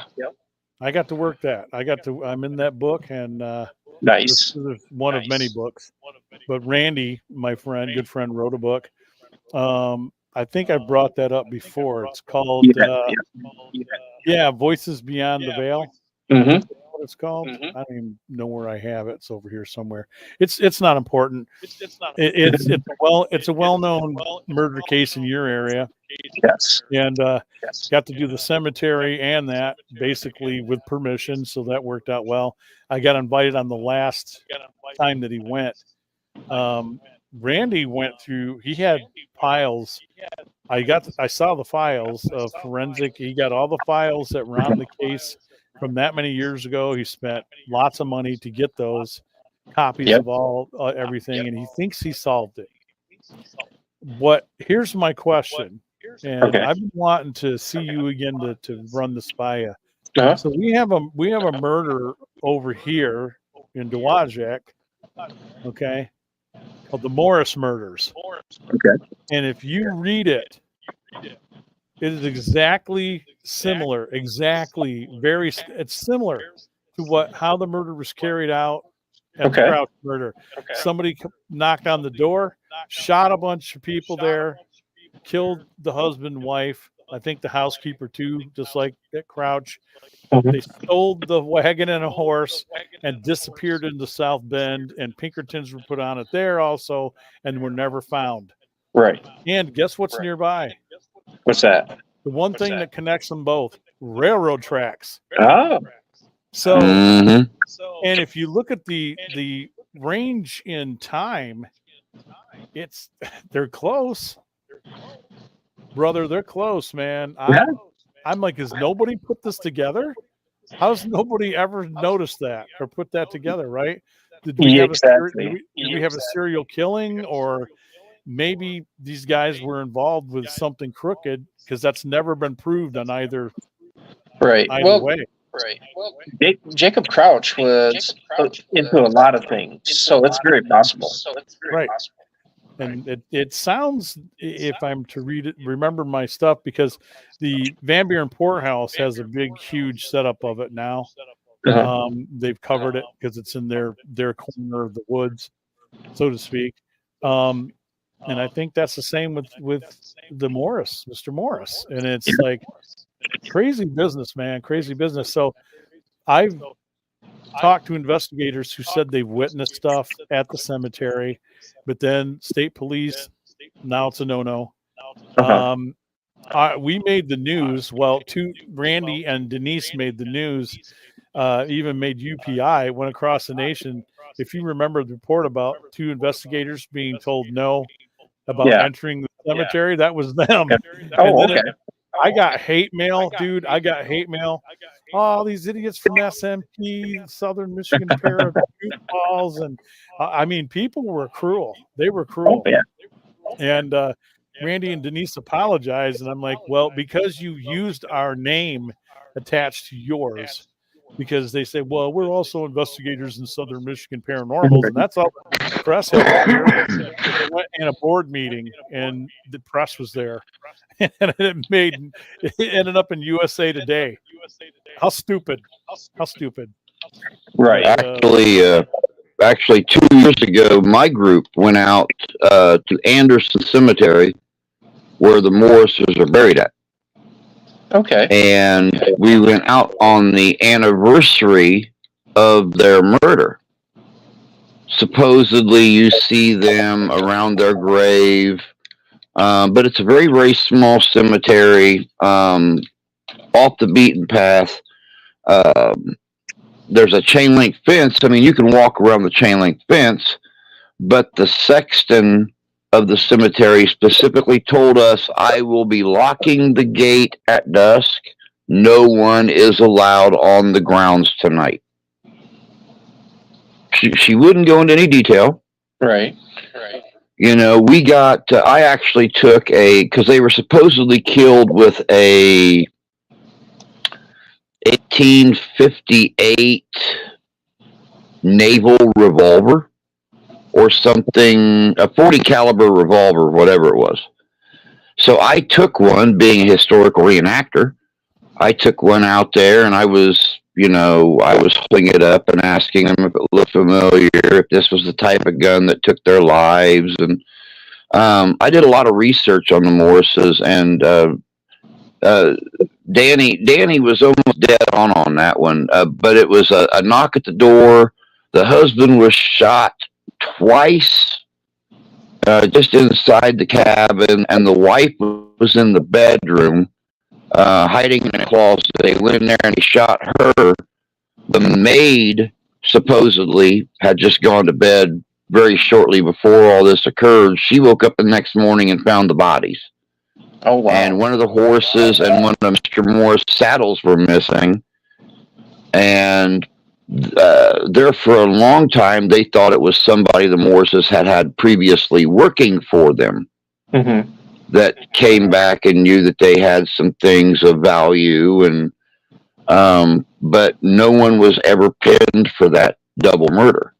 Right. But his horse was found down in South Bend, Indiana, the next morning. I mean, 30 miles in one night. Yeah, I guess it's possible. Well, But so what was do you remember the year, Rusty, for the Crouches? Not off the top of my head, but I can look it up. Because for the Morrises, I'm looking at ours. I got a file right here. It was 1879. So Yeah. it's in the ballpark. I'd have to take a closer look, but you hear similarities. Mhm. The similarities are just weird. Oh, for sure. And it's on a line. It's on a line from Jackson, Michigan, going right into Southwest Michigan. It's on a rail line. It's the most bizarre thing. I don't know. There's some Yours happened in oddities. 1879, right? Yeah, The Crouch murders were in 1883. close. Look how Yeah. close that Yeah, is. 4 years 4 apart. years. Come on, man. Yeah, so the Morrises would have been first. Yep. Sound, we may have, as paranormal trifecta here, it'd be fun for us to try to put something together that I might have been the same people and they just swung back around and I happen to know both these folks. I don't know. The sky is the limit to conjecture. Conjecture Mm-hmm. is a big part of what we're doing right now, but without proof, it's just something to say, I guess. But Oh, for sure. So did I see that? Now, did you go out to Dansville again? Yeah. A couple of us went to Seven Gables Run. Seven Gables. Yeah. Now tell us that. Nice. I'm always interested in this urban legend because Yeah. I myself, this is not to offend our guest or anybody that's out here. I myself think it's nonsense, but I want to hear what he's caught out there and what he thinks. Well, the story for Seven Gables is pretty insane. Yeah, to say the least. Yeah. Yeah. The story is basically this one gentleman had a bunch of land. He bought more, but there was an older lady that lived on the land as well, and she wouldn't sell no matter what. Right. Well, he went to the county sheriff and said, "Hey, what can I do to get this land?" Because it's kind of right in the middle of all the land that he was already bought. And the county sheriff said at the time, "Hey, brand her a witch. Take her to court, brand her a witch." And that's what he did. And the judge at the time said that she couldn't hold property because she's a witch, so he gave the property to the gentleman. But in the end, too, he still wouldn't move. He fought her, and he tried everything he could to get her off there. And he couldn't just get her off there. So he went back to the county sheriff and said, "Hey, it's my property. What can I do legally to get her off there?" Well, the sheriff said, "Well, wait until she leaves, and burn her property." So he does. He goes there. He watches her leave. Then he goes behind the house. I think he used kerosene to start it. Was pouring the kerosene. Was just shortly after he lit it. He realized she would come back. He didn't see her get in the house, but it went up in such a huge, quick burst because of all the dry wood and everything on the house that it killed her instantly. And the story is now that if you get down there where the frame it still sits of that house, you can hear her cackling. Or you can certain nights you can see her sitting on the porch as the house reappears. Now, what have you seen? What have you seen since you've been out there? Actually, I've never seen anything, but a few years ago, I don't know if you know who Anna Faith is, but she got a bunch of us together, a bunch of paranormal groups, and we went out there. As I was with like 3 or 4 people, we were walking back, to get to the vehicles, and we all heard the cackling. Yeah. Wow. So it makes you wonder. It does, now. Was it a setup or did we really hear it? You never Exactly. know. Yeah. And with that many people out there, it could have been someone just having fun and cackled just right and made it sound like, an old lady with cackling. You never know. I have to go out there. We were planning to go out there, and I've never made it out there. We've done Hatchet Man Road. Mm-hmm. I was out there recently with Crystal last year, before she left, and we kind of drove up and down it. And out there, just because of the way that road is, the whole length of it, Right. there's more than just this little section. Yeah. There's a feeling, man. It's a feeling, and you get out of the car, and I feel it, and it's odd. But I went out there a couple years back with Bob Penny and a group of people, and we actually got EVPs out there, which don't make any sense. Mm-hmm. And it's river, Native American marshland area all along that road. Hatchet Man Road is what it's been nicknamed. And we asked about Hatchet Man, Bob did, and somebody in the EVP answered us Hatchet Man. And it could be very well be that we're some eternal or somebody's just copying what we're saying, because we didn't get anything threatening, anything odd. We didn't see any mystery car. In fact, Bob had talked to the guy who lived on that road, which is just a ways down, that he was the one that used to get in his car, and he would scare the shit out of kids and chase them out of there. And that started the whole ghost car thing. Right. The same with just talking about some shit. I'm just sharing some shit. Those of you who believe that the Yellow Motel was a real thing, I was trying to tell Crystal, didn't want to break her heart. Love you, Crystal, but there's a guy who knew the family who owned it, and Al Capone had never owned it, never been out there. It's just something somebody said and started this thing, and I knew that, and it's just like, you guys go out and take these pictures. And Drew and I were talking about it earlier on the show, Rusty, that they start these stories and then they propagate something so long it turns into this thing, and more gets added to it as it goes. And groups are going out there filming these things, and they're presenting them as paranormal. Right. And I'm just, it's entertainment. I'm not besmirching anybody. It's like, you do you, man.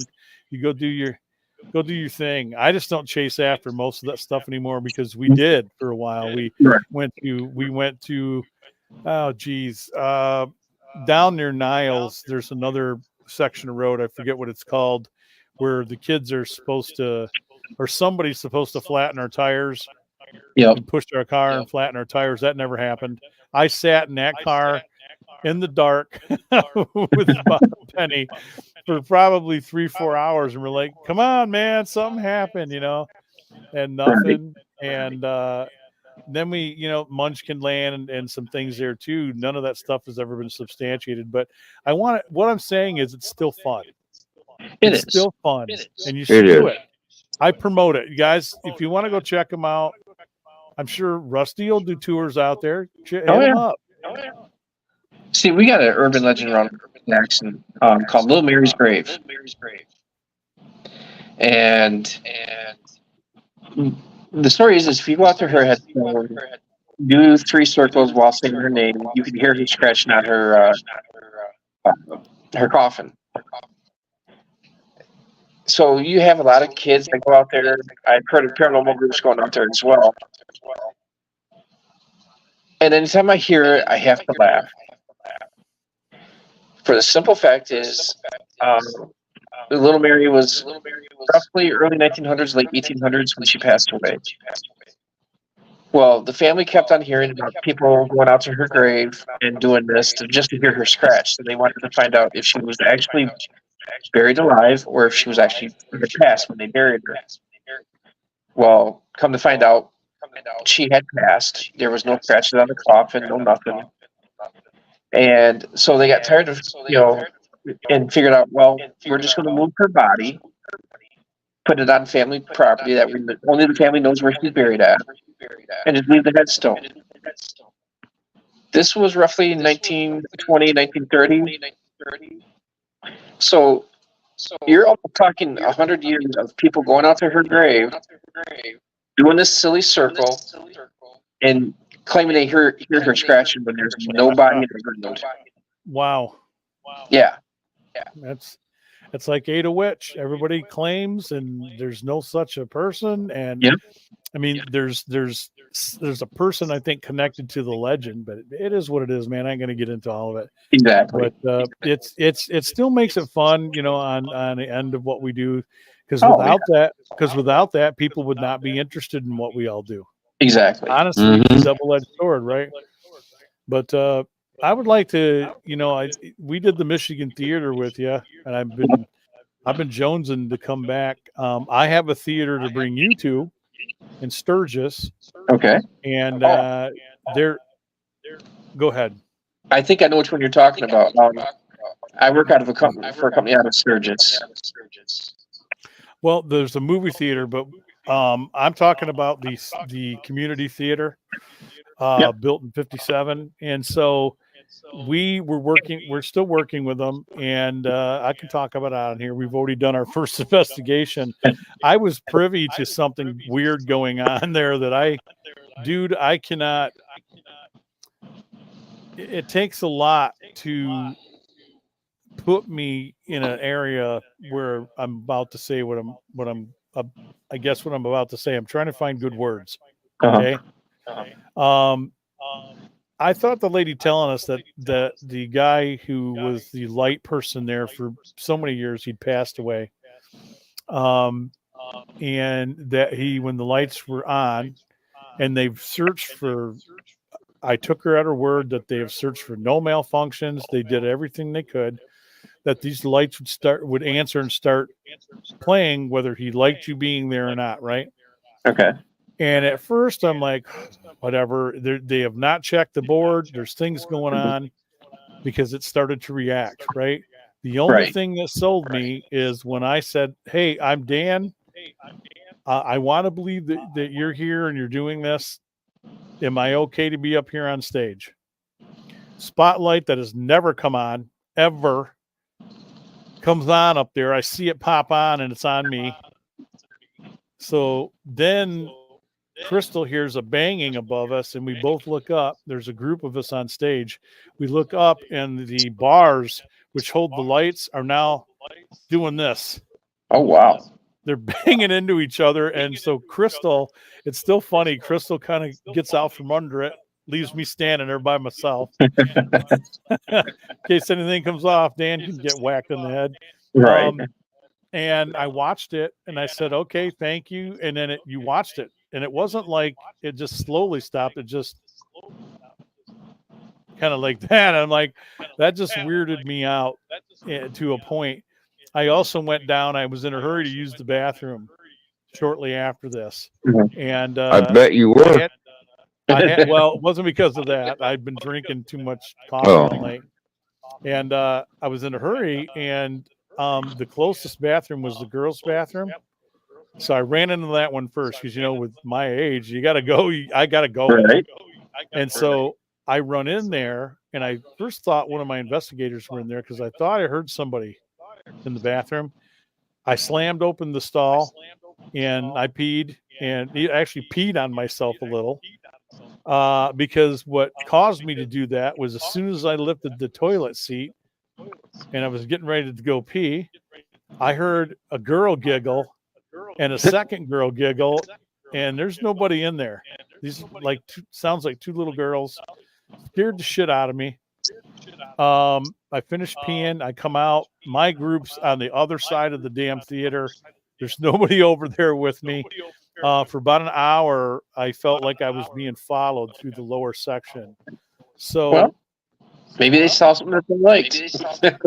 Well, there's some story. Yeah, that's funny. That is funny. Sorry. No, that was funny. So it is what it is. I mean, we did get some good stuff out of there, and what their hope was is they wanted to do a podcast there on site about their haunting and what we, like what we're doing right now, talk about it. And then we were going to do a series of theaters, and that's still in the plans. So the lady who put it together, she left to go to New Orleans. if the new lady is on board for what we were doing, she was already on board. Oh, nice. And so if that happens, you three guys or you two guys, I can't count, brain surgery. Right. You two guys are invited, and we'll put it together. And because I want other eyes and other opinions Mhm. on what we just witnessed. And I will say this, that I think I picked up on the guy that built the place. I told her I saw a dude sitting in the seat for a second. I looked at pictures. I told her not to tell me anything. She brought a book down, and it didn't have anybody listed who they were. They were just sitting in chairs during a ceremony. And I said, that's the guy right there. He was like maybe third or fourth in the front row. I got that picture here somewhere in my file. And she looked at me, and she's just like, that's the guy that built the place. I said, well, he sits there, and he's always watching when people are in here. He's proud of what he did. Right. And so that's the theater that I got to do last year. I had to keep it under wraps because of what's still being in the works. So we're hoping we put that together and we travel, because one of them on the list was Calumet, Michigan. And that's way in the UP. Right. I mean, literally in the tip of the UP. Uh-huh. Mhm. So I was there with Sing Out Kalamazoo, performing in the 1981, and that also has a huge haunting story. If you look up Calumet Theater, and we had something go on with our soundboard. I was sensitive back then too, but I wasn't telling people a lot of shit because I didn't want them thinking I was fucking kooky. Right. And they knew I was kooky. I just didn't want to be kookier. And I heard somebody on the steps, and it was the steps where somebody thought it would be funny as a joke back in the minor days to yell fire in that fucking theater, and it caused a panic from the upper floor. They were up there they had a big ballroom up there, and some crushed a bunch of people to death on the steps because people were trying to get the hell out of there. Right? Mhm. Yeah.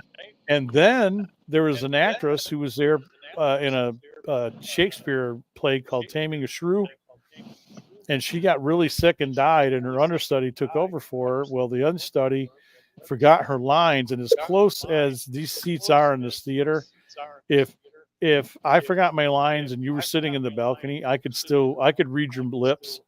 It's that close. Oh, wow. Yeah, and it's a small theater, more or less.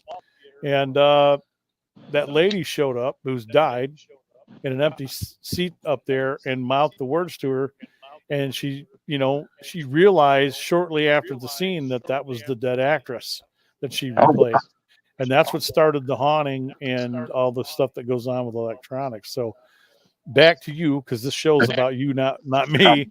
But so you've been out there. What's the other places you've been? Because I know I see our friend Joan and a couple others have been going out with you. So what have you been up to, man? Well, 2 weeks ago we did Art 634. We got two buildings at once, which is a first for us, believe it or not. And both of these buildings are associated with the prison. We were both used prisoners to work in, and they used what they call 3 people at that time. So it was a 50-50 mix. One building, which is now Art 634, was also called the Jackson Security Company.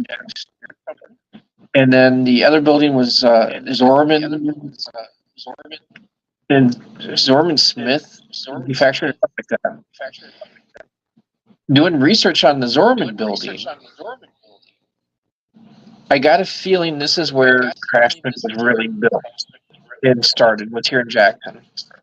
Because it's the first time you ever hear the word Craftsman used as far as in tools. Is when it came out of their shop. So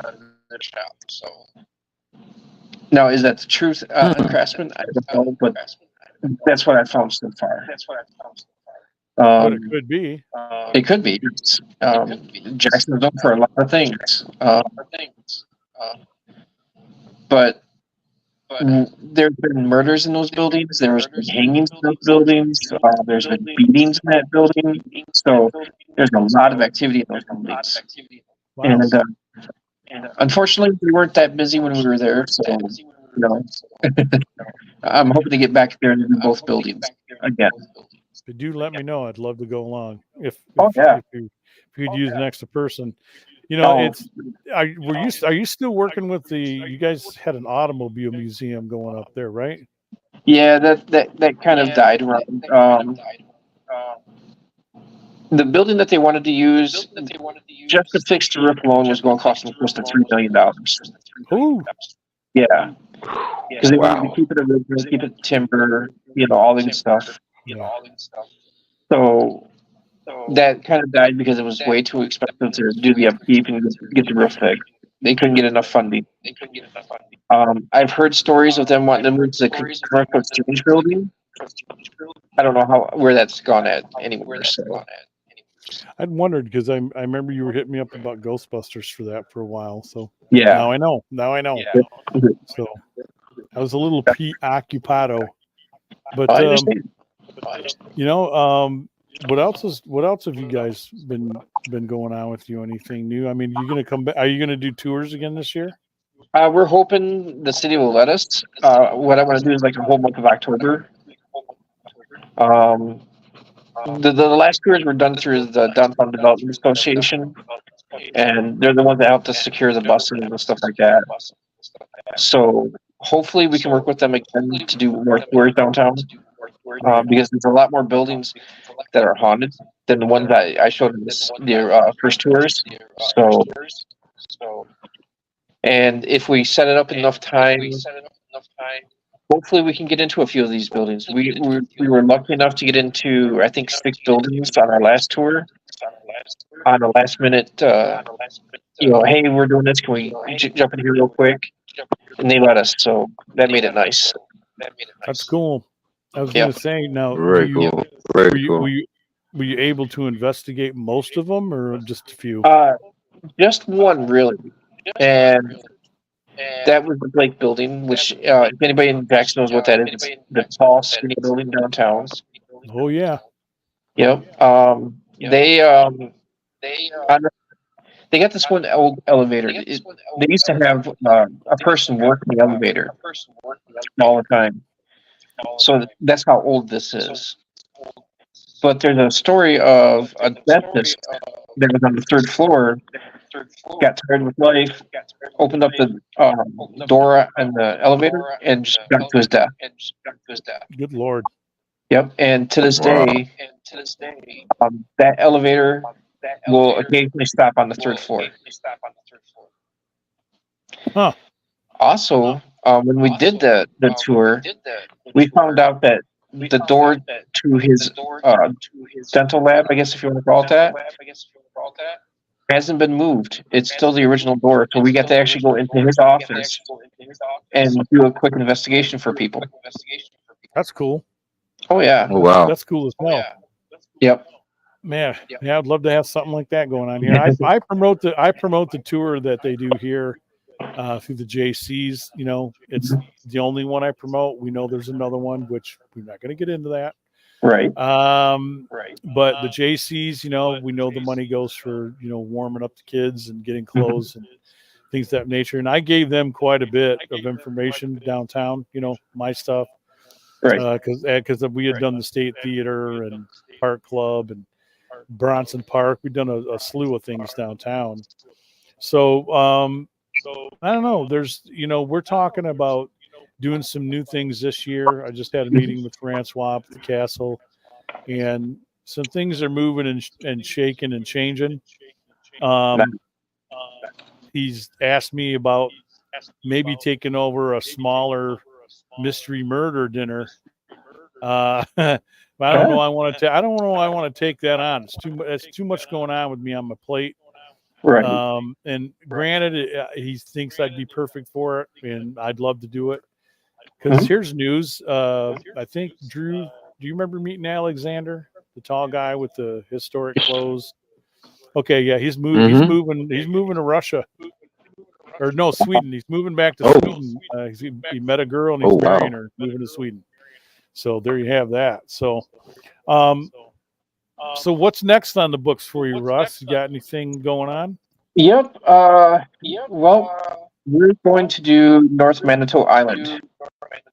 Really? Yeah. There's 2 ghost towns on that island, and one of them is partially still there. The other one isn't. But there's also a cemetery under that serves both towns. So we're going to go spend a night on that island and do a good size investigation. Cool. Very Yeah. cool. We're going to do the SS Edson again. We want to do, I believe it's, is it Ironsides or something like that? The sub that you did. Oh, you're going to go up to the Silver Sides?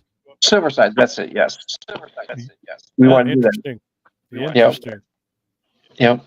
And then, well, good luck. If you haven't procured it, good luck, because I heard they've been pretty negative, but I don't know. That's hearing it from somebody else, and just because you hear it from somebody else doesn't mean it's true.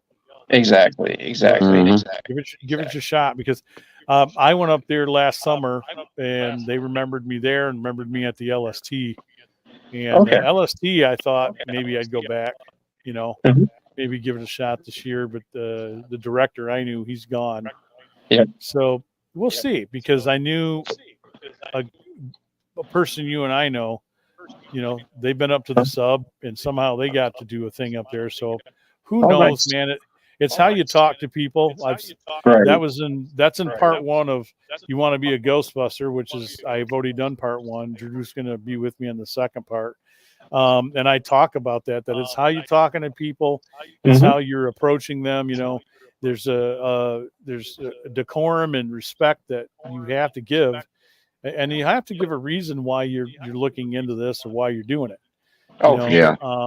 I don't think trying to say you're selling a book or whatever the hell it is you're saying you're doing works to your advantage at all. But, I like to fall back on, hey, I was here, I did this stuff, and maybe we can come back and do it again. Now, doing the LST, we had done it for, so I think about 6 years. It would have been 7, but we missed 1 year because of I was sick. That year. I was in the hospital. But, we had spent 3 days, 3 nights, it was always at the end of September. And we were up there and we got to sleep in the officers' quarters, and we had a shower running for the girls. And I didn't mind paying to play there because I knew the money was going right back into the museum. And, I had the money. Everybody chipped in. Right. $30 a pop is cheap. I had SMP, my group at the time, and SMP Coldwater. And then the last year we were there, I actually saved up and I ended up paying like $450 and ended up getting 4 days and 4 nights. Oh, nice. And they were closed the last day we were there. They were shutting down, but they run heat to it all year round, But if you get the chance and able to put that together, more power to you. And if you can get in the sub, man, I think you'll dig it. I've already been there, done that. I have no. If I could get back into it, it'd be fun. But I would tell you that most decorated submarine in World War II. We were just talking about it before you came on air, and we got video that was featured on Fox, and we had a light basically show up out of nothing, manifest itself in the officers' aisleway. So we're in the forward torpedo room looking down, and then later, as we're in the torpedo room, I sent somebody in there, and you see a shadow bounce up between me and 2 investigators, and Fox 17 was able to slow that down frame by frame, and you could see the person pop up and move to the right. We also captured EVPs of a dog barking. I couldn't figure that out.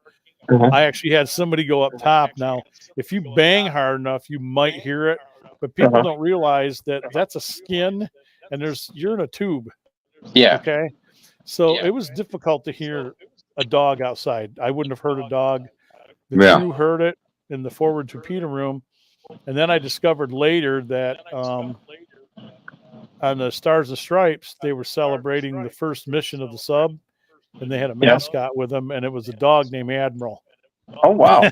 So I think we captured the dog Uh-huh. amongst some other things here and there, but I won't give away too much. But I think you'll enjoy it. It's World War II history, and it's a badass ship, like the Edson. You know, I don't know who I would go with or how I would go over there. I don't know who runs the deal. If it costs money to go on it or not. It's something I'd like. It's something I'd like to check out. They raise the prices. What they're trying to do is make it a tourist track for us. Yep. Once they know. One thing I always like to ask Rusty, of all the investigations you've done,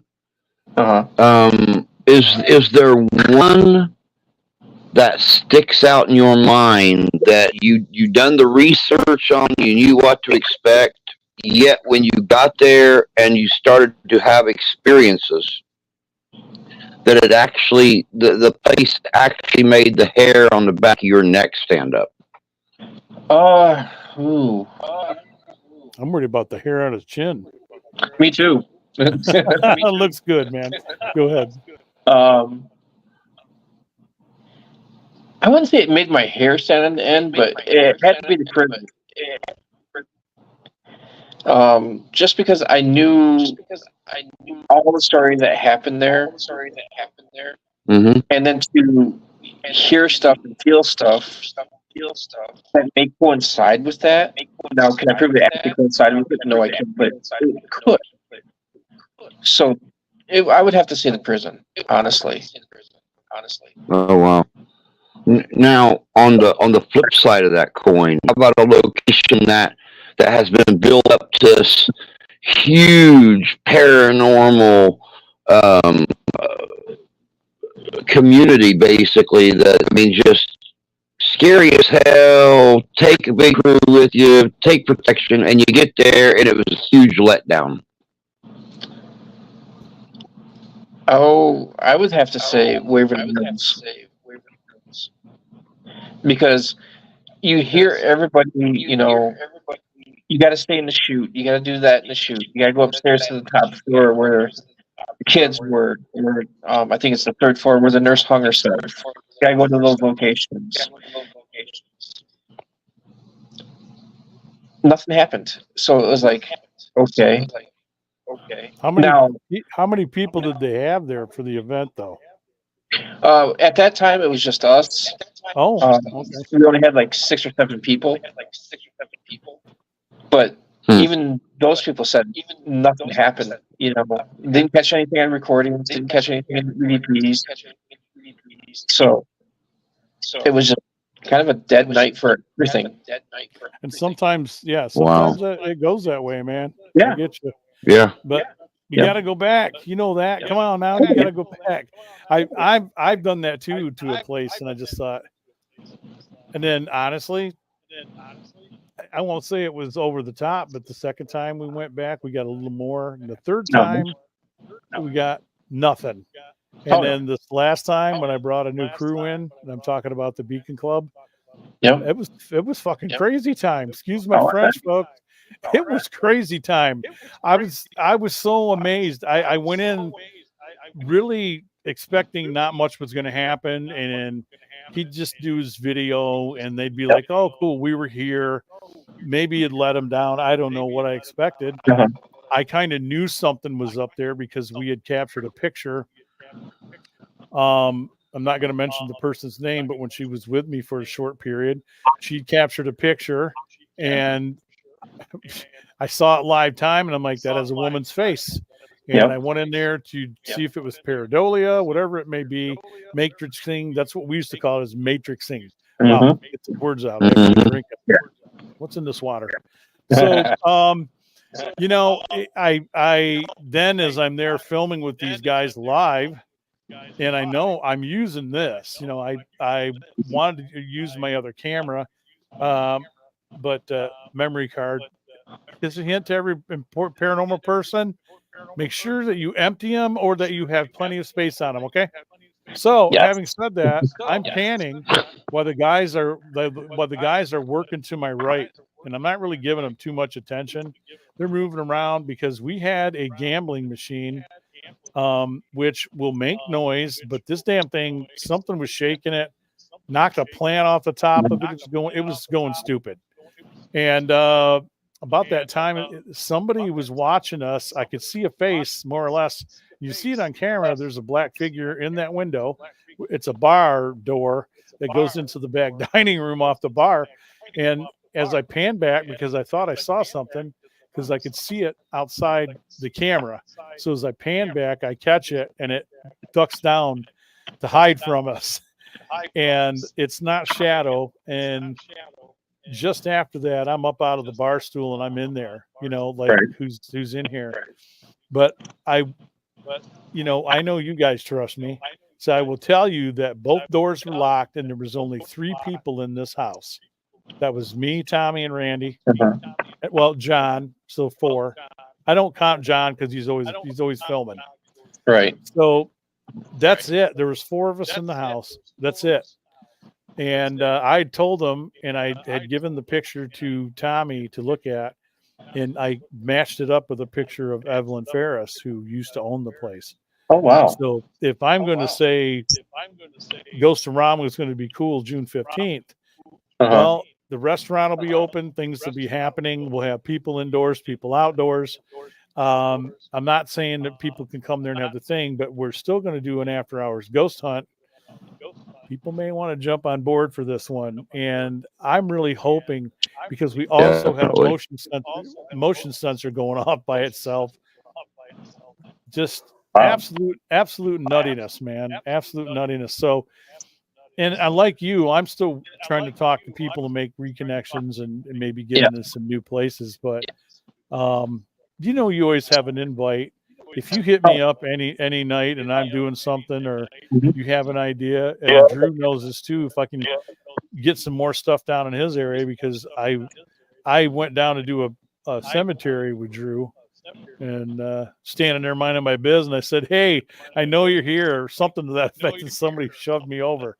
They physically put their hand on my shoulder, and I'm a little off balance anyway, but they pushed me. Right. And you should have seen the look on my face, because that shocked me. I haven't been touched in quite a few years. Oh. Speaking of being touched and stuff like this, I remember when I brought you down and you did the Mr. Computer, and you thought you heard me, and I was up in the van outside. Oh, yeah, that's right. That's right. Yeah. Yeah. And I'm like, is that you? Dude, it sounded just like you. Same when we were up by the pianos, we could hear light piano music, and I'm like, where the hell is that coming from? That's one thing. If you guys ever get a chance to do the Mr. Computer when it comes to Jackson, because well, you got to take us in there, man. That's your place. Oh, yeah. Well, they're actually renovating right now, so they're kind of closed. Would they allow you in? No, they still fall under that liability thing, which I totally understand. I get it. And I would rather them get that done and finished. That way we can actually get in there. I do want to make one note, though. Do you remember the stage area? And yeah. Okay, so you know that part that they covered over the orchestra pit? Yep. They took that cover off. It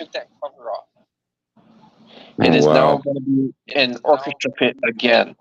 Oh, cool. Very cool. Yeah. What they're going to do is put a floor in that raises. That way, when they do concerts that doesn't require an orchestra, that way it'd be a stage, but then they can lower it back down to the normal depth of an orchestra pit. That'll be cool. Yeah. That's a cool theater. Yeah. In the underground area was immense and huge, to say the least. And I think a lot of the feeling, at least for me down there, was just because of the vacuum of air and all the electronics. But we were getting weird hits, and I don't know, man. I wish we could have slowed it down and spent a little more time with you there. Oh, yeah. You know what I mean? And hearing your voice, that threw me off. I forgot all about that till you just brought it up. So that's a thing I've had happen to me before, where somebody thought that I was calling them, and I'm outside, and I'm like, Yep. I'm not in there. You know, They come outside. Were you just inside? I'm like, I've been out here eating Slim Jims and drinking tea, man. No, yeah. I think there's such a thing as a mimicker. I think that they play games with us. Maybe that's I don't know. I don't know.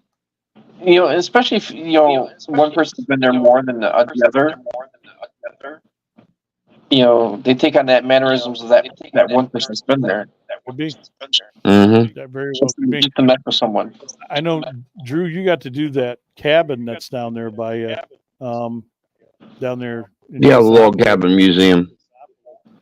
They gonna allow you to come back in? Oh yeah, I'm very good in a very good relationship with the curator. She'll let us come back in. Yeah, we got to plan something. But You guys should go what down else? into the old Williams County Jail down in Ohio.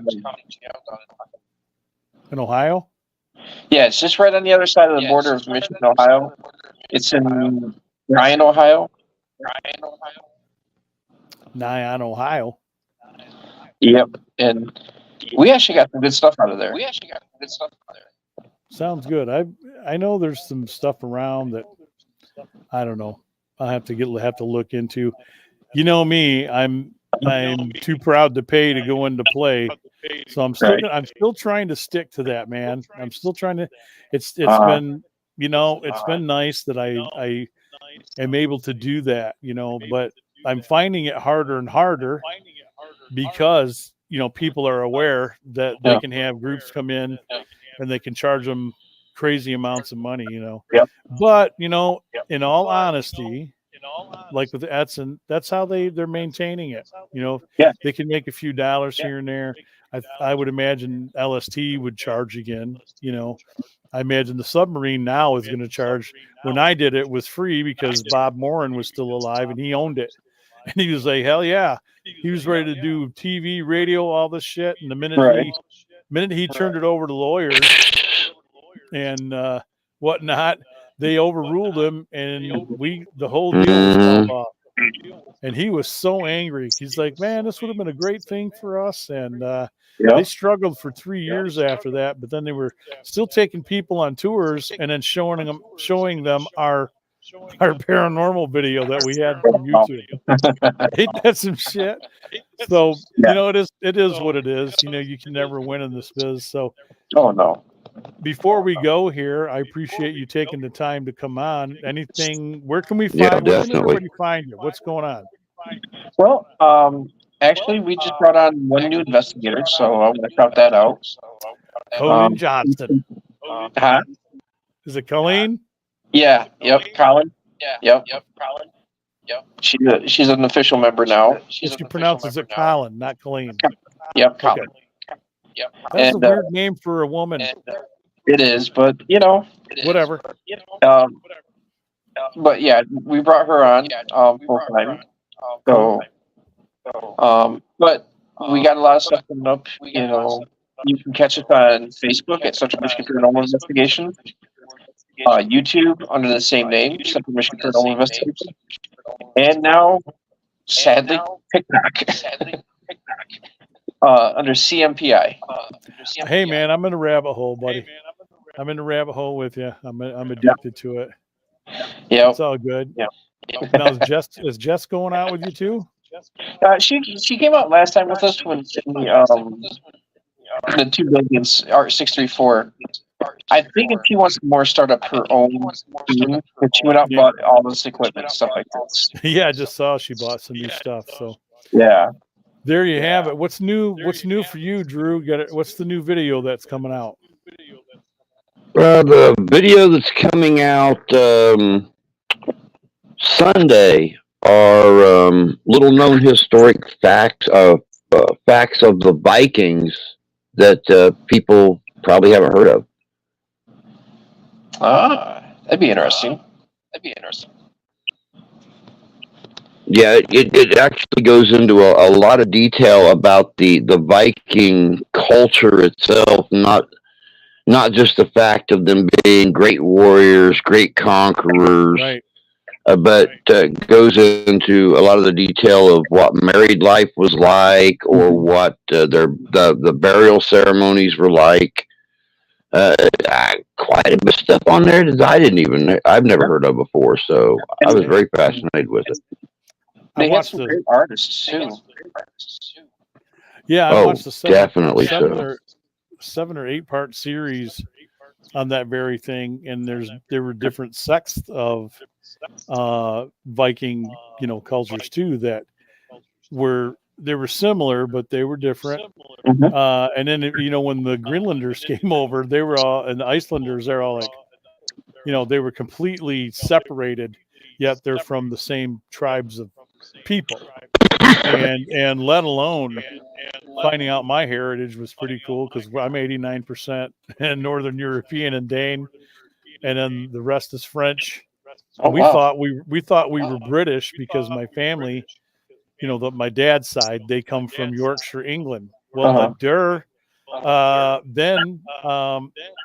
the French and the Dane and Irish 89, or let me get it right. So the Dane was 89%, then it was Irish, and then it was French.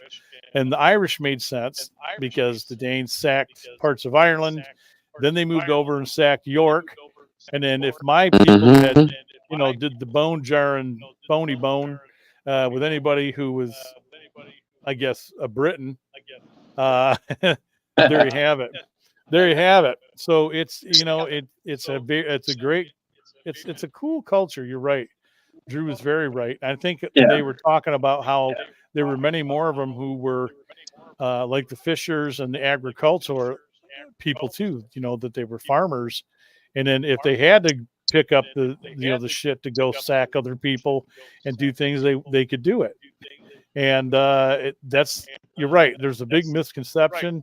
I remember going to a reenactment camp not last year, 2 years ago, and they had the Hollywood Viking stuff, near a tent, and then they had another tent that had the real world, and vast difference. You pick up a shield from the Hollywood stuff, and you're like, oh yeah, this is cool, and a sword, and you go over and pick up a shield and a sword over there, and you're like, oh God, oh my God, and they were short, stocky people.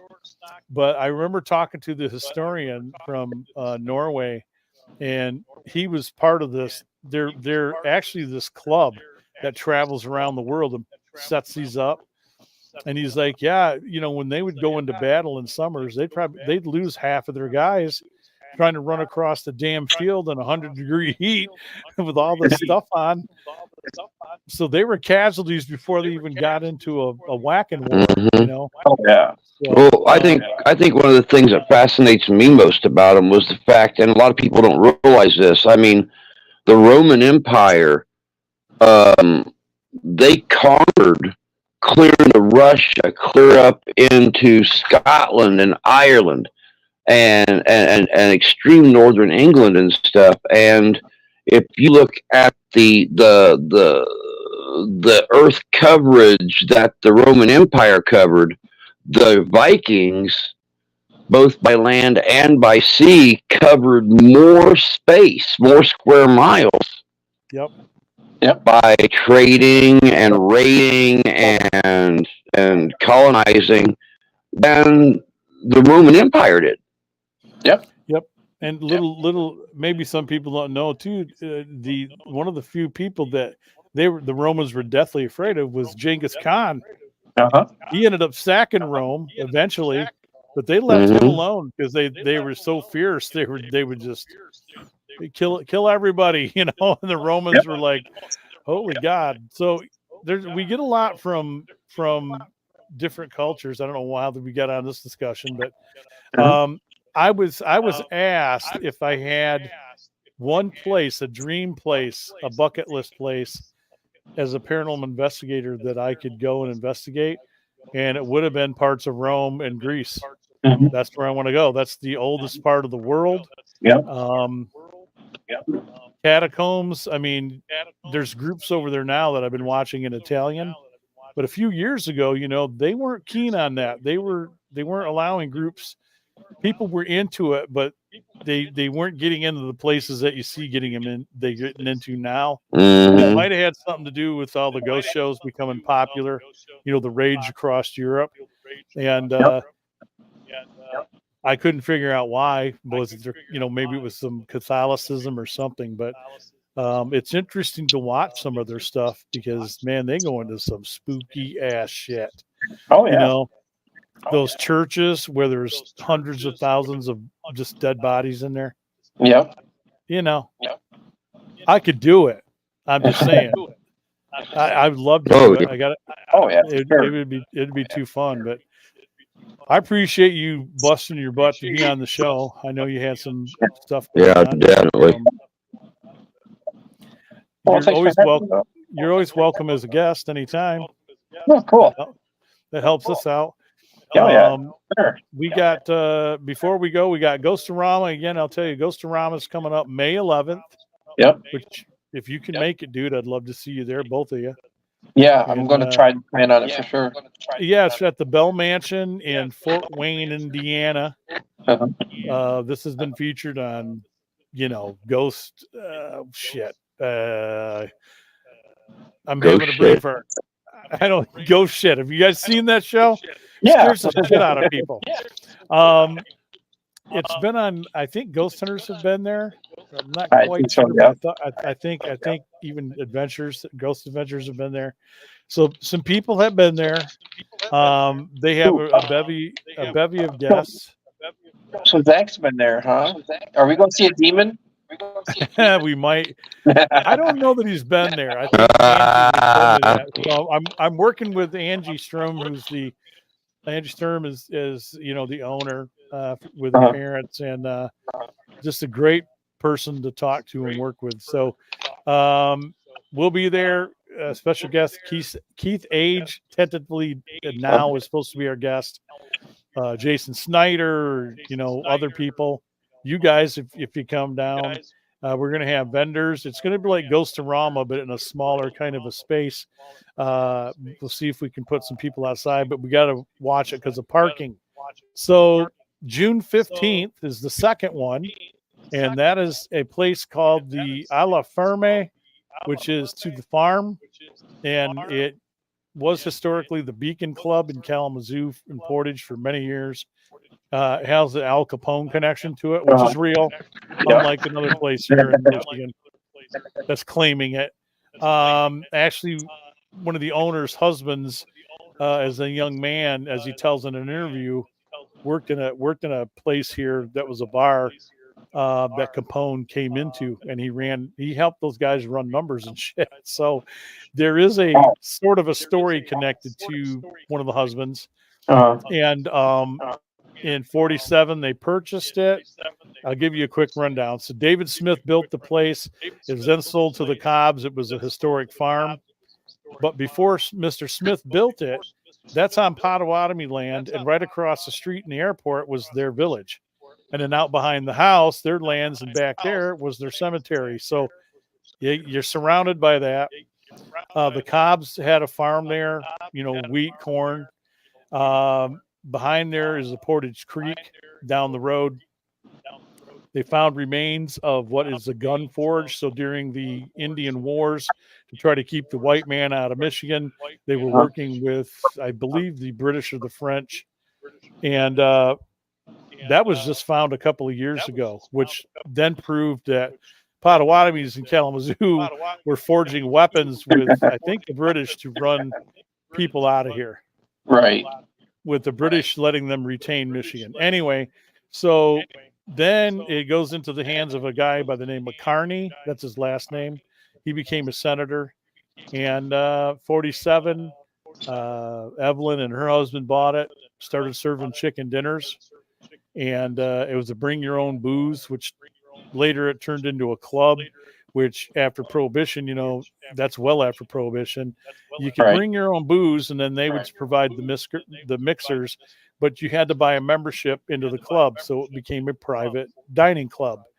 And because airplanes were coming awful close to the house, because the airport's right across the street, she had to put a beacon on the house and renamed it the Beacon Club. Oh wow. So now that I've given all that history to everybody, it seems to want to speak to us. And we have a ghost from Rama. Keith will be there. Keith Age will be that one also. We'll have car show and food truck and food inside because there's a working restaurant in this place. Cool. So you can go in for $30. You get a chicken dinner. Now, when I say chicken dinner for $30, let me tell you this: you get half a chicken, literally cut in half a chicken.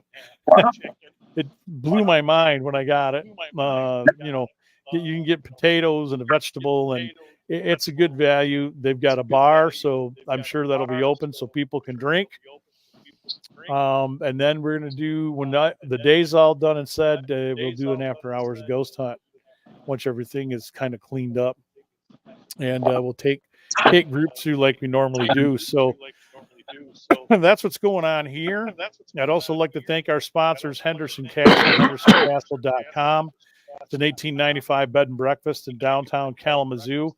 What I did not mention at the beginning of the show is that you can book your haunted dinner tour with me at the castle. The next one's coming up February 2nd or 3rd, which I'll have to look at a calendar. I think it's February. I think it's the 2nd. The 3rd. It would be the 3rd. Friday's the 2nd. Okay, so it's usually a Friday or Saturday. Yep. So go there and go to hendersoncastle.com. You'll find the date. And you can come out to the next one. I'm sure there's room. And then, of course, Gun Barrel Coffee. Man, listen, go to gunbarrelcoffee.com. Put in this code. It's GBC10. Okay, Gun Barrel Coffee, GBC10. And that should get you a 10% discount, as well as Big Dog 13. And they have an array of coffees. It's brewed by veterans.